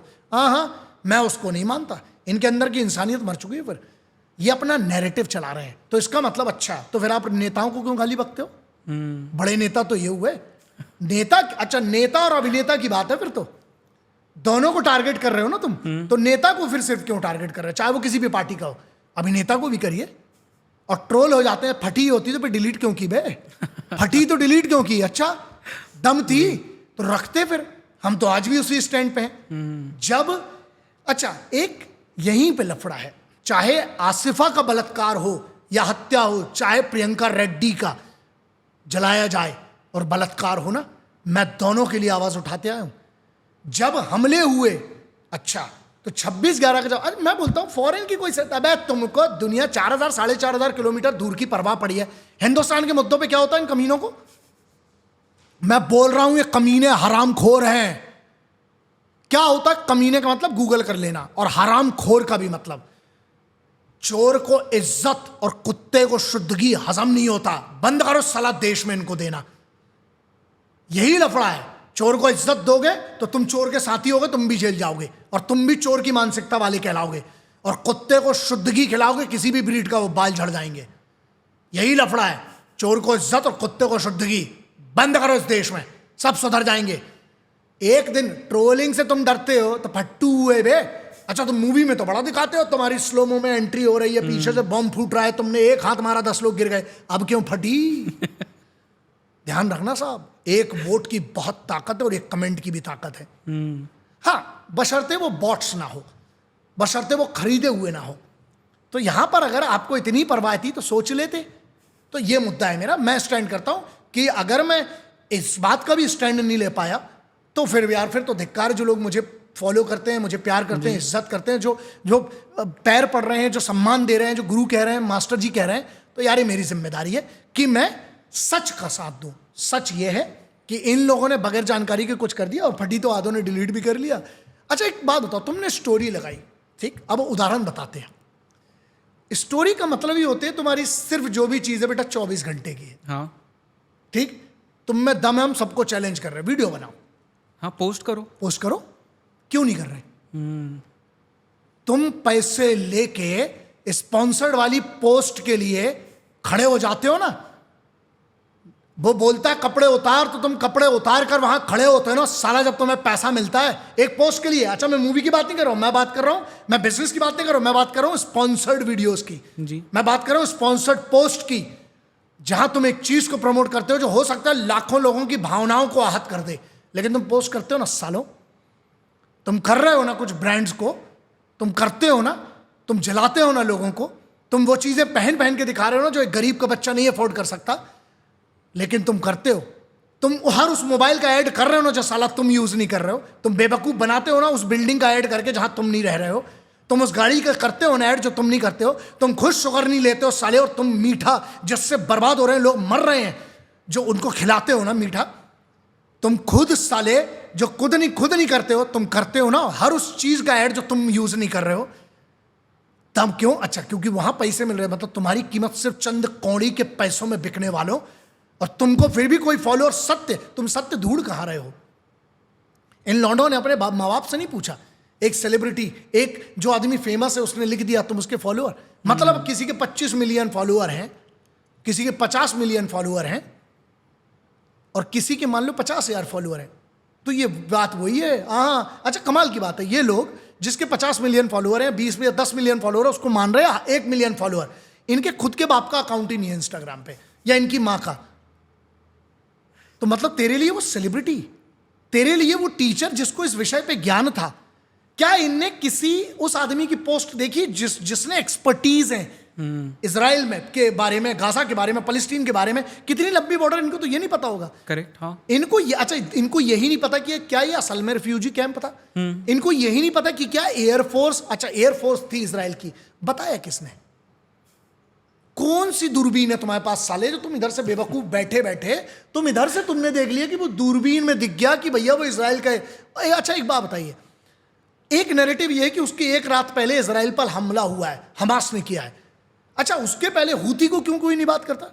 हूती के बारे में इनको आधे % ही नहीं पता होगा। तो हूती की, अच्छा उसके बाद, और हम इनसे पूरी यहां इनको ये पूछ लीजिए कि इस पूरे मुद्दे में महमद का क्या है और आसमान का इससे क्या लेना देना है इजराइल फलस्तीन से। इनसे अगर ये पूछ लें कि तुम ये बताओ गुश एशियोन कहां पड़ता है, तो इनसे ये पूछ लें कि रफा ईफा आखुन, अगर उसके बारे में पूछ ले तो इनको नहीं पता होगा। हलकिन हतक आखन इदन मसखा, इसका मतलब बता दें जो इतने बड़े पूरे के पूरे डिस्कशन में पड़े हुए हैं।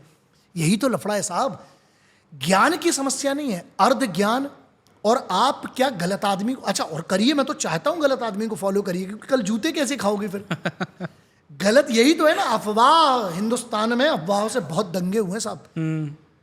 अब वो अफवाह किसी भी धर्म के बारे में, किसी भी व्यक्ति के बारे में, किसी भी संप्रदाय के बारे में, थोड़ा रिसर्च करो। मैं सिर्फ ये कहता हूं, किसी और की रिसर्च पे भरोसा मत करो, इंक्लूडिंग मेरी भी बात पे भरोसा मत करो।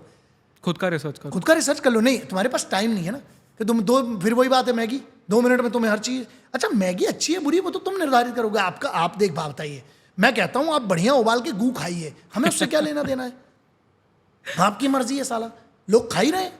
डार्क वेब पे आधे लोगों के आप रिसर्च कर लेंगे, उन्हें लोगों को काटते हुए देखना है। ओके ये भी चल रहा है ना, डार्क वेब पे तो बहुत कुछ चल रहा है। वहां पर रिक्वायरमेंट आ रही है कि एक आदमी दूसरे का मांस खा रहा है, उनको वो भी वीडियो देखना, उसके पैसे दे रहे हैं लोग। ओके तो यही तो कलयुग है। तो फिर कलयुग पे आएंगे तो बहुत बड़ा विषय होगा। तो यही है। लेकिन एक कमाल की बात है, माँ बोलती हैं कि राम न मारे काहू को नहीं हत्यारे राम, अपने आप मर जाओगे कर कर खोटे काम। जितनों ने ऐसा किया उनकी इज्जत चली गई कल। और दूसरी बात है, स्टोरी पे मत आओ कभी सामने आओ, डिबेट पे आओ, है ना। स्टोरी क्या है? स्टोरी तो वही है। अच्छा, स्टोरी का मतलब क्या? कहानी। स्टोरी का मतलब बताइए मुझे, असल में क्या होता है? कहानी। हाँ। और 90% कहानी जब शुरू होती है तो एक बात लिखी होती है, यह घटना सत्य घटनाओं पर आधारित नहीं है, काल्पनिक है। तो मैं उस स्टोरी को कैसे सीरियसली ले लूं जिसका मतलब ही कहानी होता है। अब कहानी सत्य है यह गारंटी तो कोई नहीं ले रहा। मेटा तो खुद की गारंटी नहीं ले रहा। वो क्या कहता है? These are the personal views of the individuals, those who are the owner और the holders of this account. Right. They are not going to take your guarantee, or they are not going to take the guarantee. Number one, they are not going to take your side. They are going to be very clear about their perspective. They are not going to claim that you were right or wrong. They will not give their testimonies on record. But आप उनका उपयोग कर रहे हो, आपको लग रहा sir ऐसा नहीं है। अगर स्टोरी पे इतना भरोसा है, हम एक स्टोरी कर रहे हैं कि जितने लोगों ने अफवाहें मानी उनका बाप नहीं है। ये कमाल की बात है। इस पे एक अच्छी बात आती है, भरोसा। ये भरोसा करते हैं लड़के। मैं एक भरोसे पे, आप पूछना मुझसे एक सवाल भरोसे पे भी करेंगे, लेकिन नहीं, सेलिब्रिटीज का ये दायित्व है भारत के अंदर और पूरे विश्व में, लेकिन भारत के अंदर सबसे ज्यादा कहता हूं क्योंकि बहुत बड़ा मार्केट है। हर उस इंसान का, हर उस बच्ची का, हर उस लड़के का, उस लड़की का, इन्फ्लुएंसर का ये दायित्व है कि आपको इज्जत और सम्मान मिली, इसका इज्जत कीजिए, बहकाइए मत लोगों को, माहौल मत खराब कीजिए। ना ये स्टोरी पे चलता, हम भी अच्छा खासा, ना हमको इसमें आना पड़ता, ना हमको सच बताना पड़ता, ना हमारे कारण इन लोगों को ट्रोल होना पड़ता। सबसे ज्यादा हमारे वीडियो में टैग किए गए हैं सब। क्या अब 2 जवाब होता तो फोन कर लेते, दम थी, किया भी 2-4 लोगों ने, लेकिन नाम नहीं बताऊंगा क्योंकि वो राइट टू प्राइवेसी का है। लेकिन उनने किया और रिक्वेस्ट भी किया, सर क्यों ट्रोल कर रहे हो? तो हमने बोला हम ट्रोल नहीं करते, हम ट्रोल्स में नहीं आते। किसी ने कहा भी कि सर क्यों ले रहे हो, है जो बहुत गंदा ट्रोल भी हो गया। तो उसका एक का फोन भी आया कि मास्टर जी क्यों ट्रोल कर रहे, क्यों ले रहे हो? तो हमने, यार गलत बात है। पहली बात तो ये कि हम स्ट्रेट हैं, और दूसरी बात तुमने कहा ले रहे हो, हम लेंगे ना तो सुझा देंगे, फिर रहन दो, फिर तुम छोड़ दो। हमारी लेने का तो रहन दो यार, वो किस्सा बहुत बड़ा हो जाएगा और हम लेंगे तो झेल नहीं पाओगे जी। तो इसलिए अभी हम ले नहीं रहे हैं, है ना। ये सिर्फ एक छोटा सा वीडियो डाला था। हाँ, लेकिन भगवती की कृपा देखिए कि बहुत लोगों ने उसमें एक बात कॉमन कही है कि सर इनको वहां की क्यों पड़ी है। हाँ, इतनी सी बात है।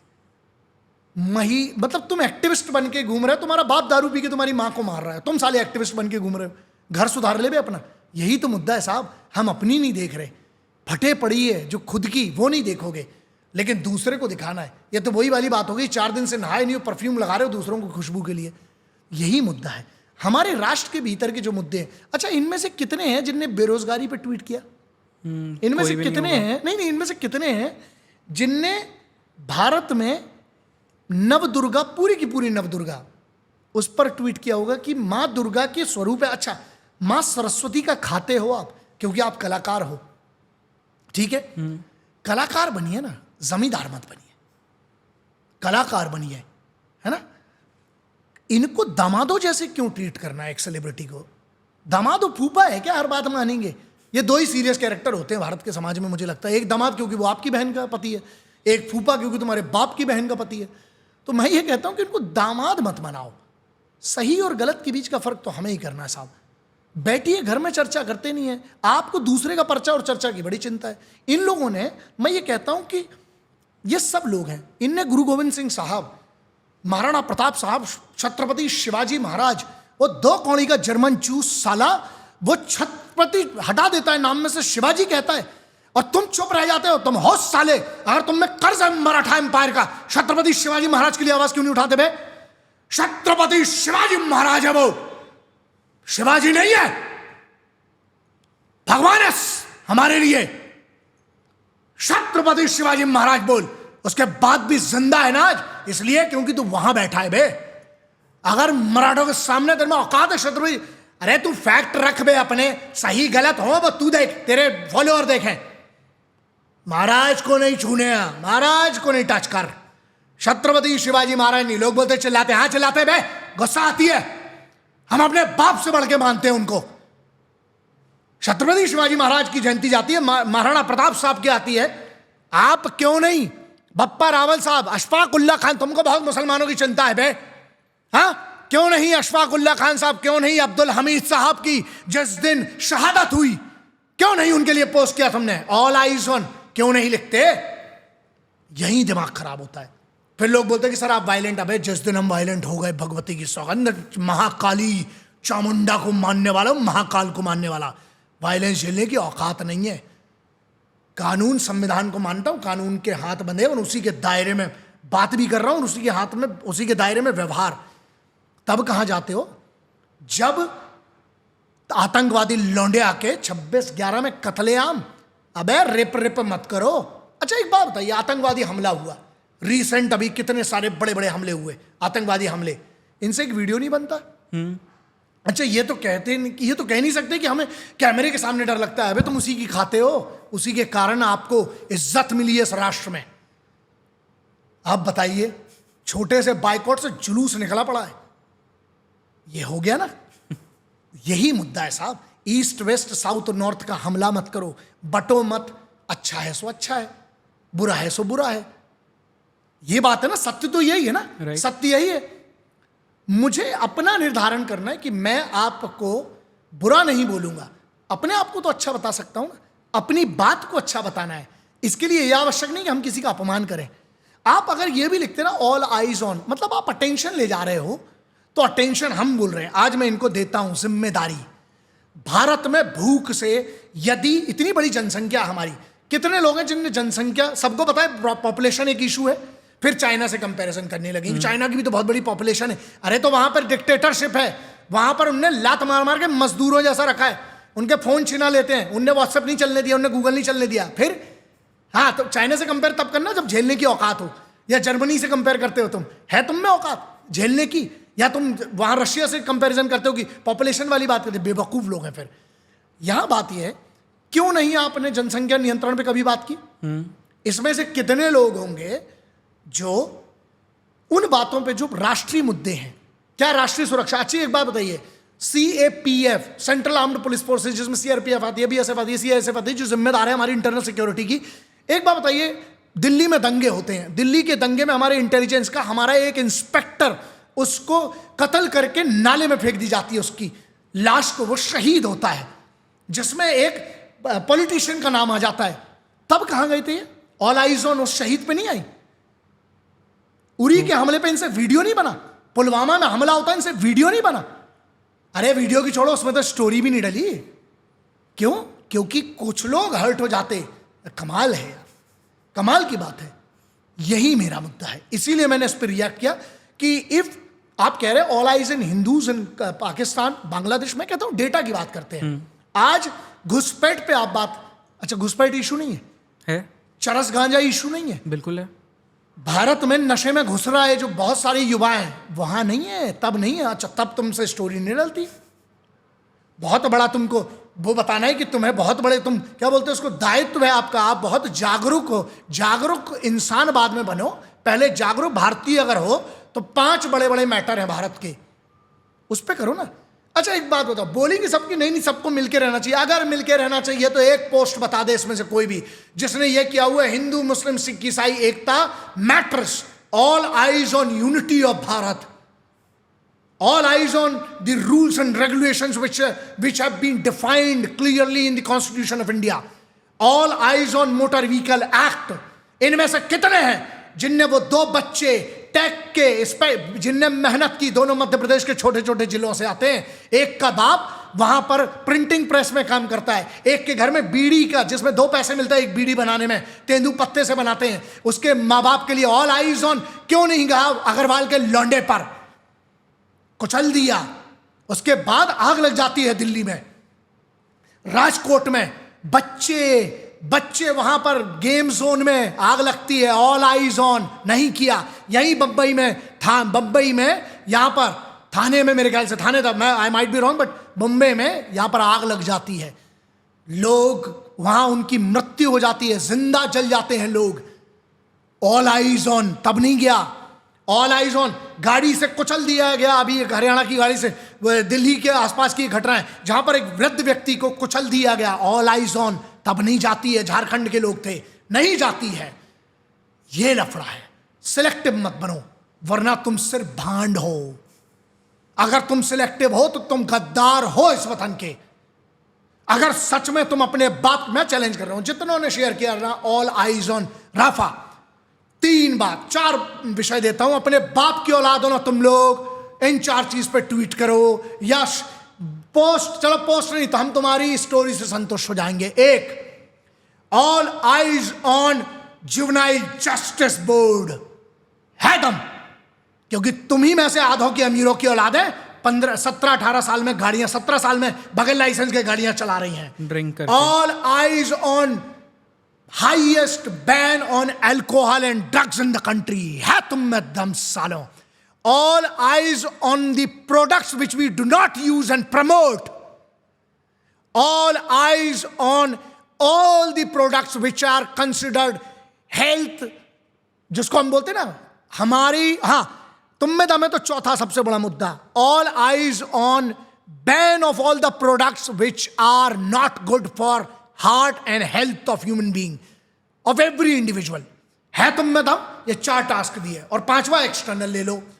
अगर असल बाप की औलाद हो, असल बाप की औलाद हो, जितनों ने ये लिखा था कि ऑल आइज ऑन राफा, दूसरे देश का है, कौन अपने देश में क्या करता मेरे को आज मैटर नहीं करता, इंसानियत के तौर पे गलत है तो गलत है। लेकिन तुम अगर असल बाप की अपने औलाद हो, बाजू वाले की नहीं हो, मुझे तो मैक्सिमम अगर अब यहां पर अब साबित होगी। तो 5वां बड़ा मुद्दा यह है, हर बार जब सुप्रीम कोर्ट जजमेंट देता है, चाहे वो मस्जिद के बिहाफ में दे, चाहे मंदिर के बिहाफ में, चाहे वो किसी नेता के खिलाफ हो, चाहे वो बीजेपी के खिलाफ हो, चाहे कांग्रेस के, आम आदमी के, समाजवादी की पार्टी है, जब भी कोई ऐसा निर्णय आता है जहां पर एक बड़े पॉलिटिशियन को सजा मिलती है, तब तुम में दम है तो ऑल आइज ऑन उस पर करके दिखाना, वरना बाप की औलाद नहीं हो, मैं नहीं मानता हूं। That's it. ये मेरा जवाब था। जी सर।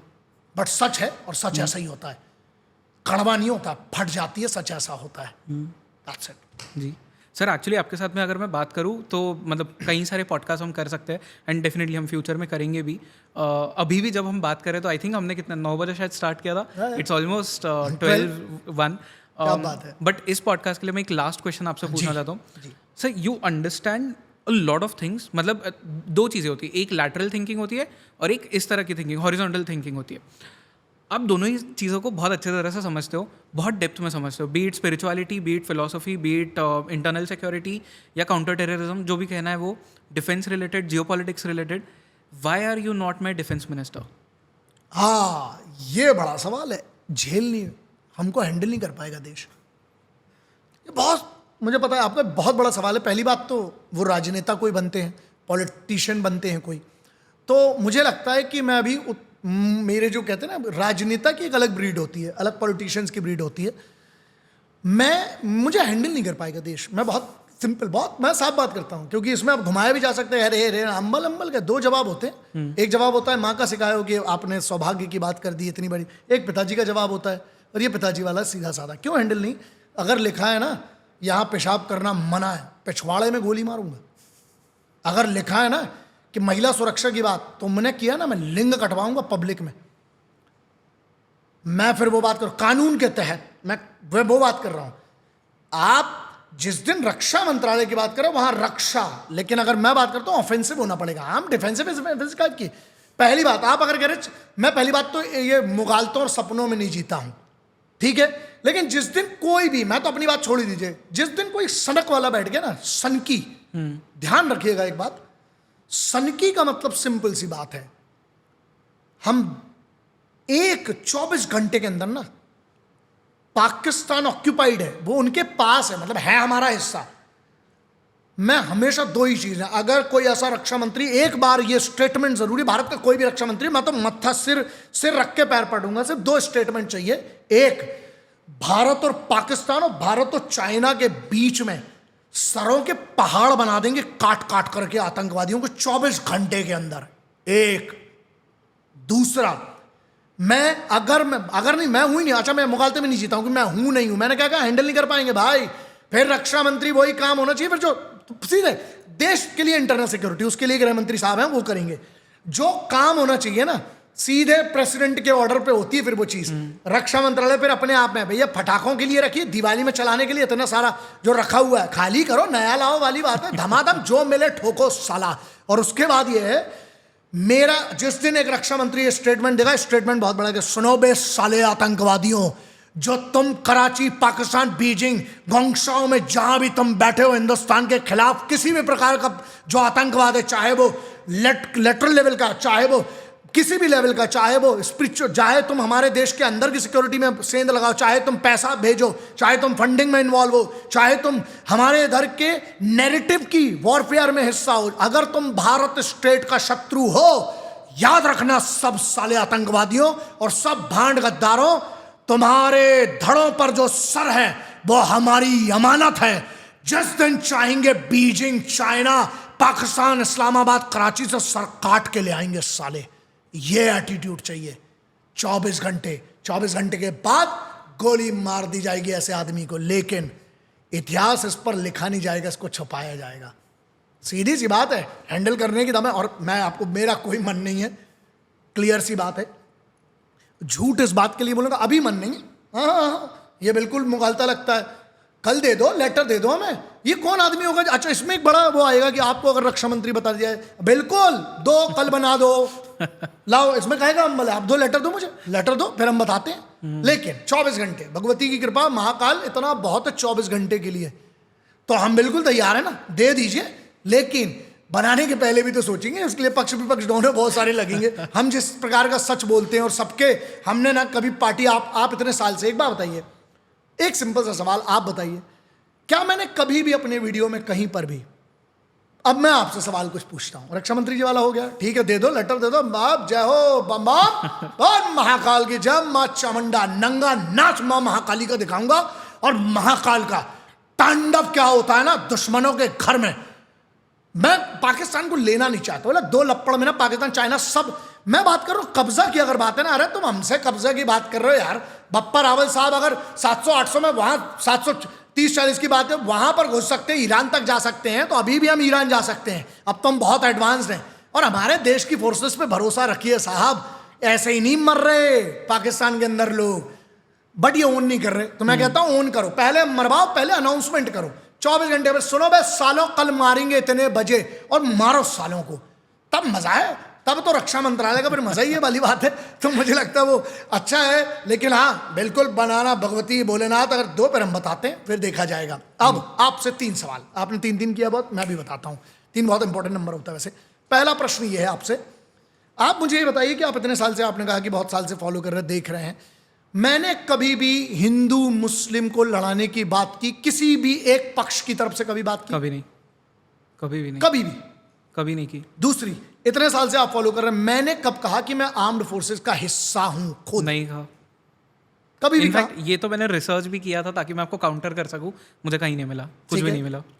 तीसरी सबसे बड़ी बात, मैं एक व्यक्ति के तौर पर आपसे सवाल पूछता हूं, इस व्यक्ति के लिए मां बाप, भाई बहन, बच्चे, शान शोहरत, इज्जत और वतन, आप एक युवा हैं जिनका मैं बहुत बड़ा फैन हूं, देश के हर युवा का। वो एक दिन, जिस दिन सही वोटिंग कर दे, उससे बड़ा कोई क्रांतिकारी नहीं है। मैं बहुत बड़ा फैन हूं, क्योंकि युवा ही बदलाव लाएगा साहब। आप कुछ भी कर लीजिए, टेस्टोस्टेरोन लो, मतलब तुम लुल, व्हाटएवर इट इज, आप जिस हिसाब से मानो, माँ बाप, बच्चा, बहन, बेटी, पूरी शानो शोहरत, इज्जत, नाम और अरबों खरबों रुपया, और वतन में से ये आदमी क्या चुनेगा? आपको क्या? वतन, 100% वतन। इतना ही, मुझे इससे ज्यादा कुछ नहीं चाहिए। आपका भरोसा जो है ना, इसी से मैं डरता हूं। आप रक्षा मंत्री तो बहुत बड़ी बात कर गए, मालूम मैं किस बात से डरता हूं? जो ये लाखों लोग, हजारों लोग आ जाते हैं ना, मैं तो उनको पैसे भी नहीं दे रहा हूँ, रैलियों में तो कम से कम उनको कुछ मिलता है, कई बार ऐसा माना जाता है। मैं तो कुछ नहीं, अगर वो इतनी इज्जत करते हैं ना, बहुत डरता हूं मैं इस बात से कि कहीं मैं, पता नहीं, मैं इस जीवन में, मैं हमेशा कहता हूं कि लोग कहते हैं कि सर आप कर रहे हैं राष्ट्र के लिए, मैं मालूम क्या, मैं हो सकता है पूरी जिंदगी में इस वतन का, इस माँ भारत का ना, हो सकता है पूरी जिंदगी में 1% कर्ज चुका पाऊं, लेकिन एक वादा रहा, लाख बार भी जन्म होगा ना, बिस्मिल साहब की वो लाइन है कि ना चाहूं मान दुनिया में, ना चाहूं स्वर्ग को जाना, मुझे वर दे यही माता, रहूं भारत का दीवाना, और मुझे अगर सतबार हो पैदा होना तो बस वो माँ भारत में ही आना। बस इतना चाहता हूं कि आप इसी खुशी, आप इसी शांति से रह सकें, मिलजुल के रहो यार। एकता अखंडता हमारी ताकत है, मिलकर रहो, सबका सम्मान करो ना। जो वतन के खिलाफ है हम इकट्ठा होकर उसके खिलाफ हो जाएं, और जो हमारे खिलाफ है वो कोई फर्क नहीं पड़ता, वतन के खिलाफ मत होइए। वतन को एक ऐसा बेहतर बनाइए कि पूरी दुनिया कहेगी वाह यार आप हिंदुस्तान। आपको पता है हमारे पासपोर्ट की औकात क्या है? हम हिंदुस्तान से जाते हैं ना तो लोग बड़ी इज्जत की नजरों से देखते हैं, यार ये कमाल के लोग हैं। हम वो नहीं रह गए जो लोगों ने बताया है। हम बीन नहीं बजाते, हम बीन ठोक देंगे साला आज की डेट में। तुमने परिचय बनाया, उस वेस्टर्न मीडिया को काउंटर करना बहुत जरूरी है जो कहता है कि आप उस देश से आते हो।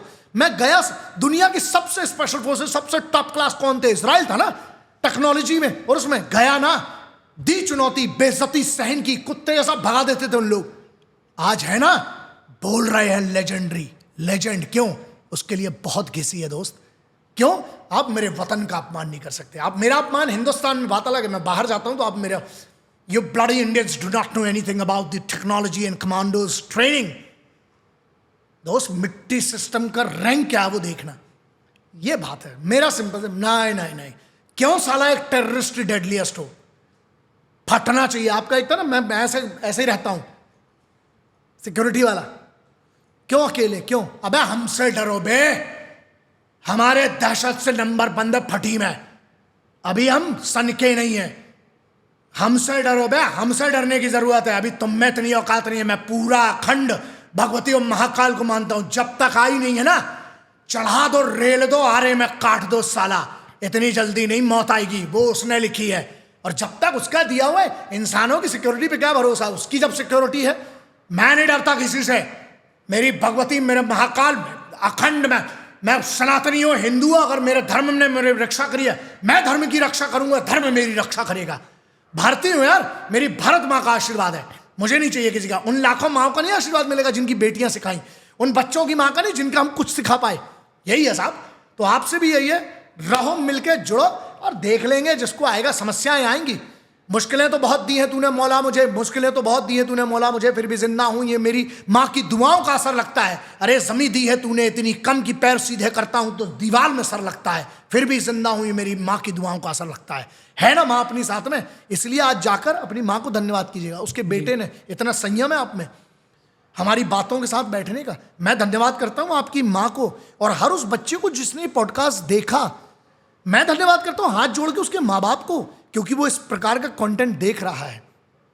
आप सोचिए, अगर वो मुझे 1 घंटा दे रहा है, बहुत बड़ी बात है यार। ये उसने मेरी इज्जत रखी, आपकी इज्जत रखी, तो मैं उनका धन्यवाद करता हूं कि बेटा आपने इतना समय दिया मेरे लिए। बस ये है कि आप अपने परिवार को बेहतर रखिए। सबसे पहले अपने परिवार पर ध्यान दीजिए। हमारे और दूसरों के और सरकारों के झगड़े में बाद में पड़ लेना।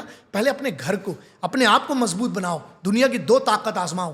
पहला, अपने ज्ञान की ताकत, रोज ज्ञान अर्जित कीजिए।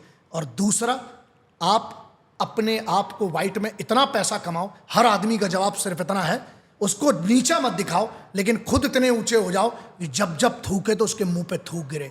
हर रिश्तेदार का जवाब सिर्फ इतना सा है कि तुम ना उसको इतनी इज्जत दो कि वो हजम न कर पाए, और उसने जितना अपमान किया था ना, उसके अपमान की सबसे बड़ा एक ही है।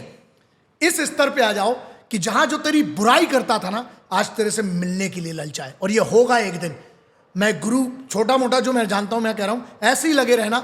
होगे आप भी ट्रोल, होगी आपकी भी बेइज्जती, कोई बात नहीं है। दुनिया में कोई बदलाव बगैर जंग में आए हो बे, जंग में आए हो, तैयार रहना घाव के लिए। सामने वाला अपनी हिम्मत से घाव मारेगा। हम अपनी माँ की दुआओं से, हम अपनी भारत माँ के आशीर्वाद से, और अपने धर्म और अपने कर्म के आशीर्वाद से लड़ेंगे साला। मरते दम तक साला लड़ना जरूर। जब तक अपन साला लड़ते रहेंगे ना, इनकी दम क्या है, ये तो कमेंट करके भागने वाले साले, है ना। और मैं आपके किसी को अपने इसमें भी ट्रोल होगा, बहुत सारों की जलेगी ना, आने दो। एक काम करना, कोई भी अगर आपको खुद का वीडियो बना के भेजे और ये कहे कि हाँ मैं आके बात करना चाहता हूं, आप बिल्कुल बुलाइए उसको। मैं बिल्कुल तैयार हूं। और ये मीडिया वालों को भी जो बोला, जिसको अनापान नहीं भागते, भागना होता तो बहुत सारे ऑफर भी थे और बहुत सारी सिटीजनशिप जिस दिन चाहेंगे ले सकते हैं, क्योंकि हम इकोनॉमी अच्छी ही लेके जाएंगे कुछ उनके अपने साथ। नहीं, वतन छोड़ा नहीं है और ना छोड़ूंगा। इसी माटी में दफन, मैंने क्या बोला, मैं दफन नहीं होऊंगा, मैं जलाया जाऊंगा। इसी माटी में मेरी अस्थियां बहाई जाएंगी और वो अस्थियां भी जय हिंद, वंदे मातरम, इंकलाब जिंदाबाद, अब भारत माता की जय कहेंगी। वरना साली वो मेरी अस्थियां समझ लेना, वो मेरी नहीं किसी और की थी। Thank you so much sir. जय हिंद, वंदे मातरम, वंदे जय हिंद। मातरम। बहुत बढ़िया।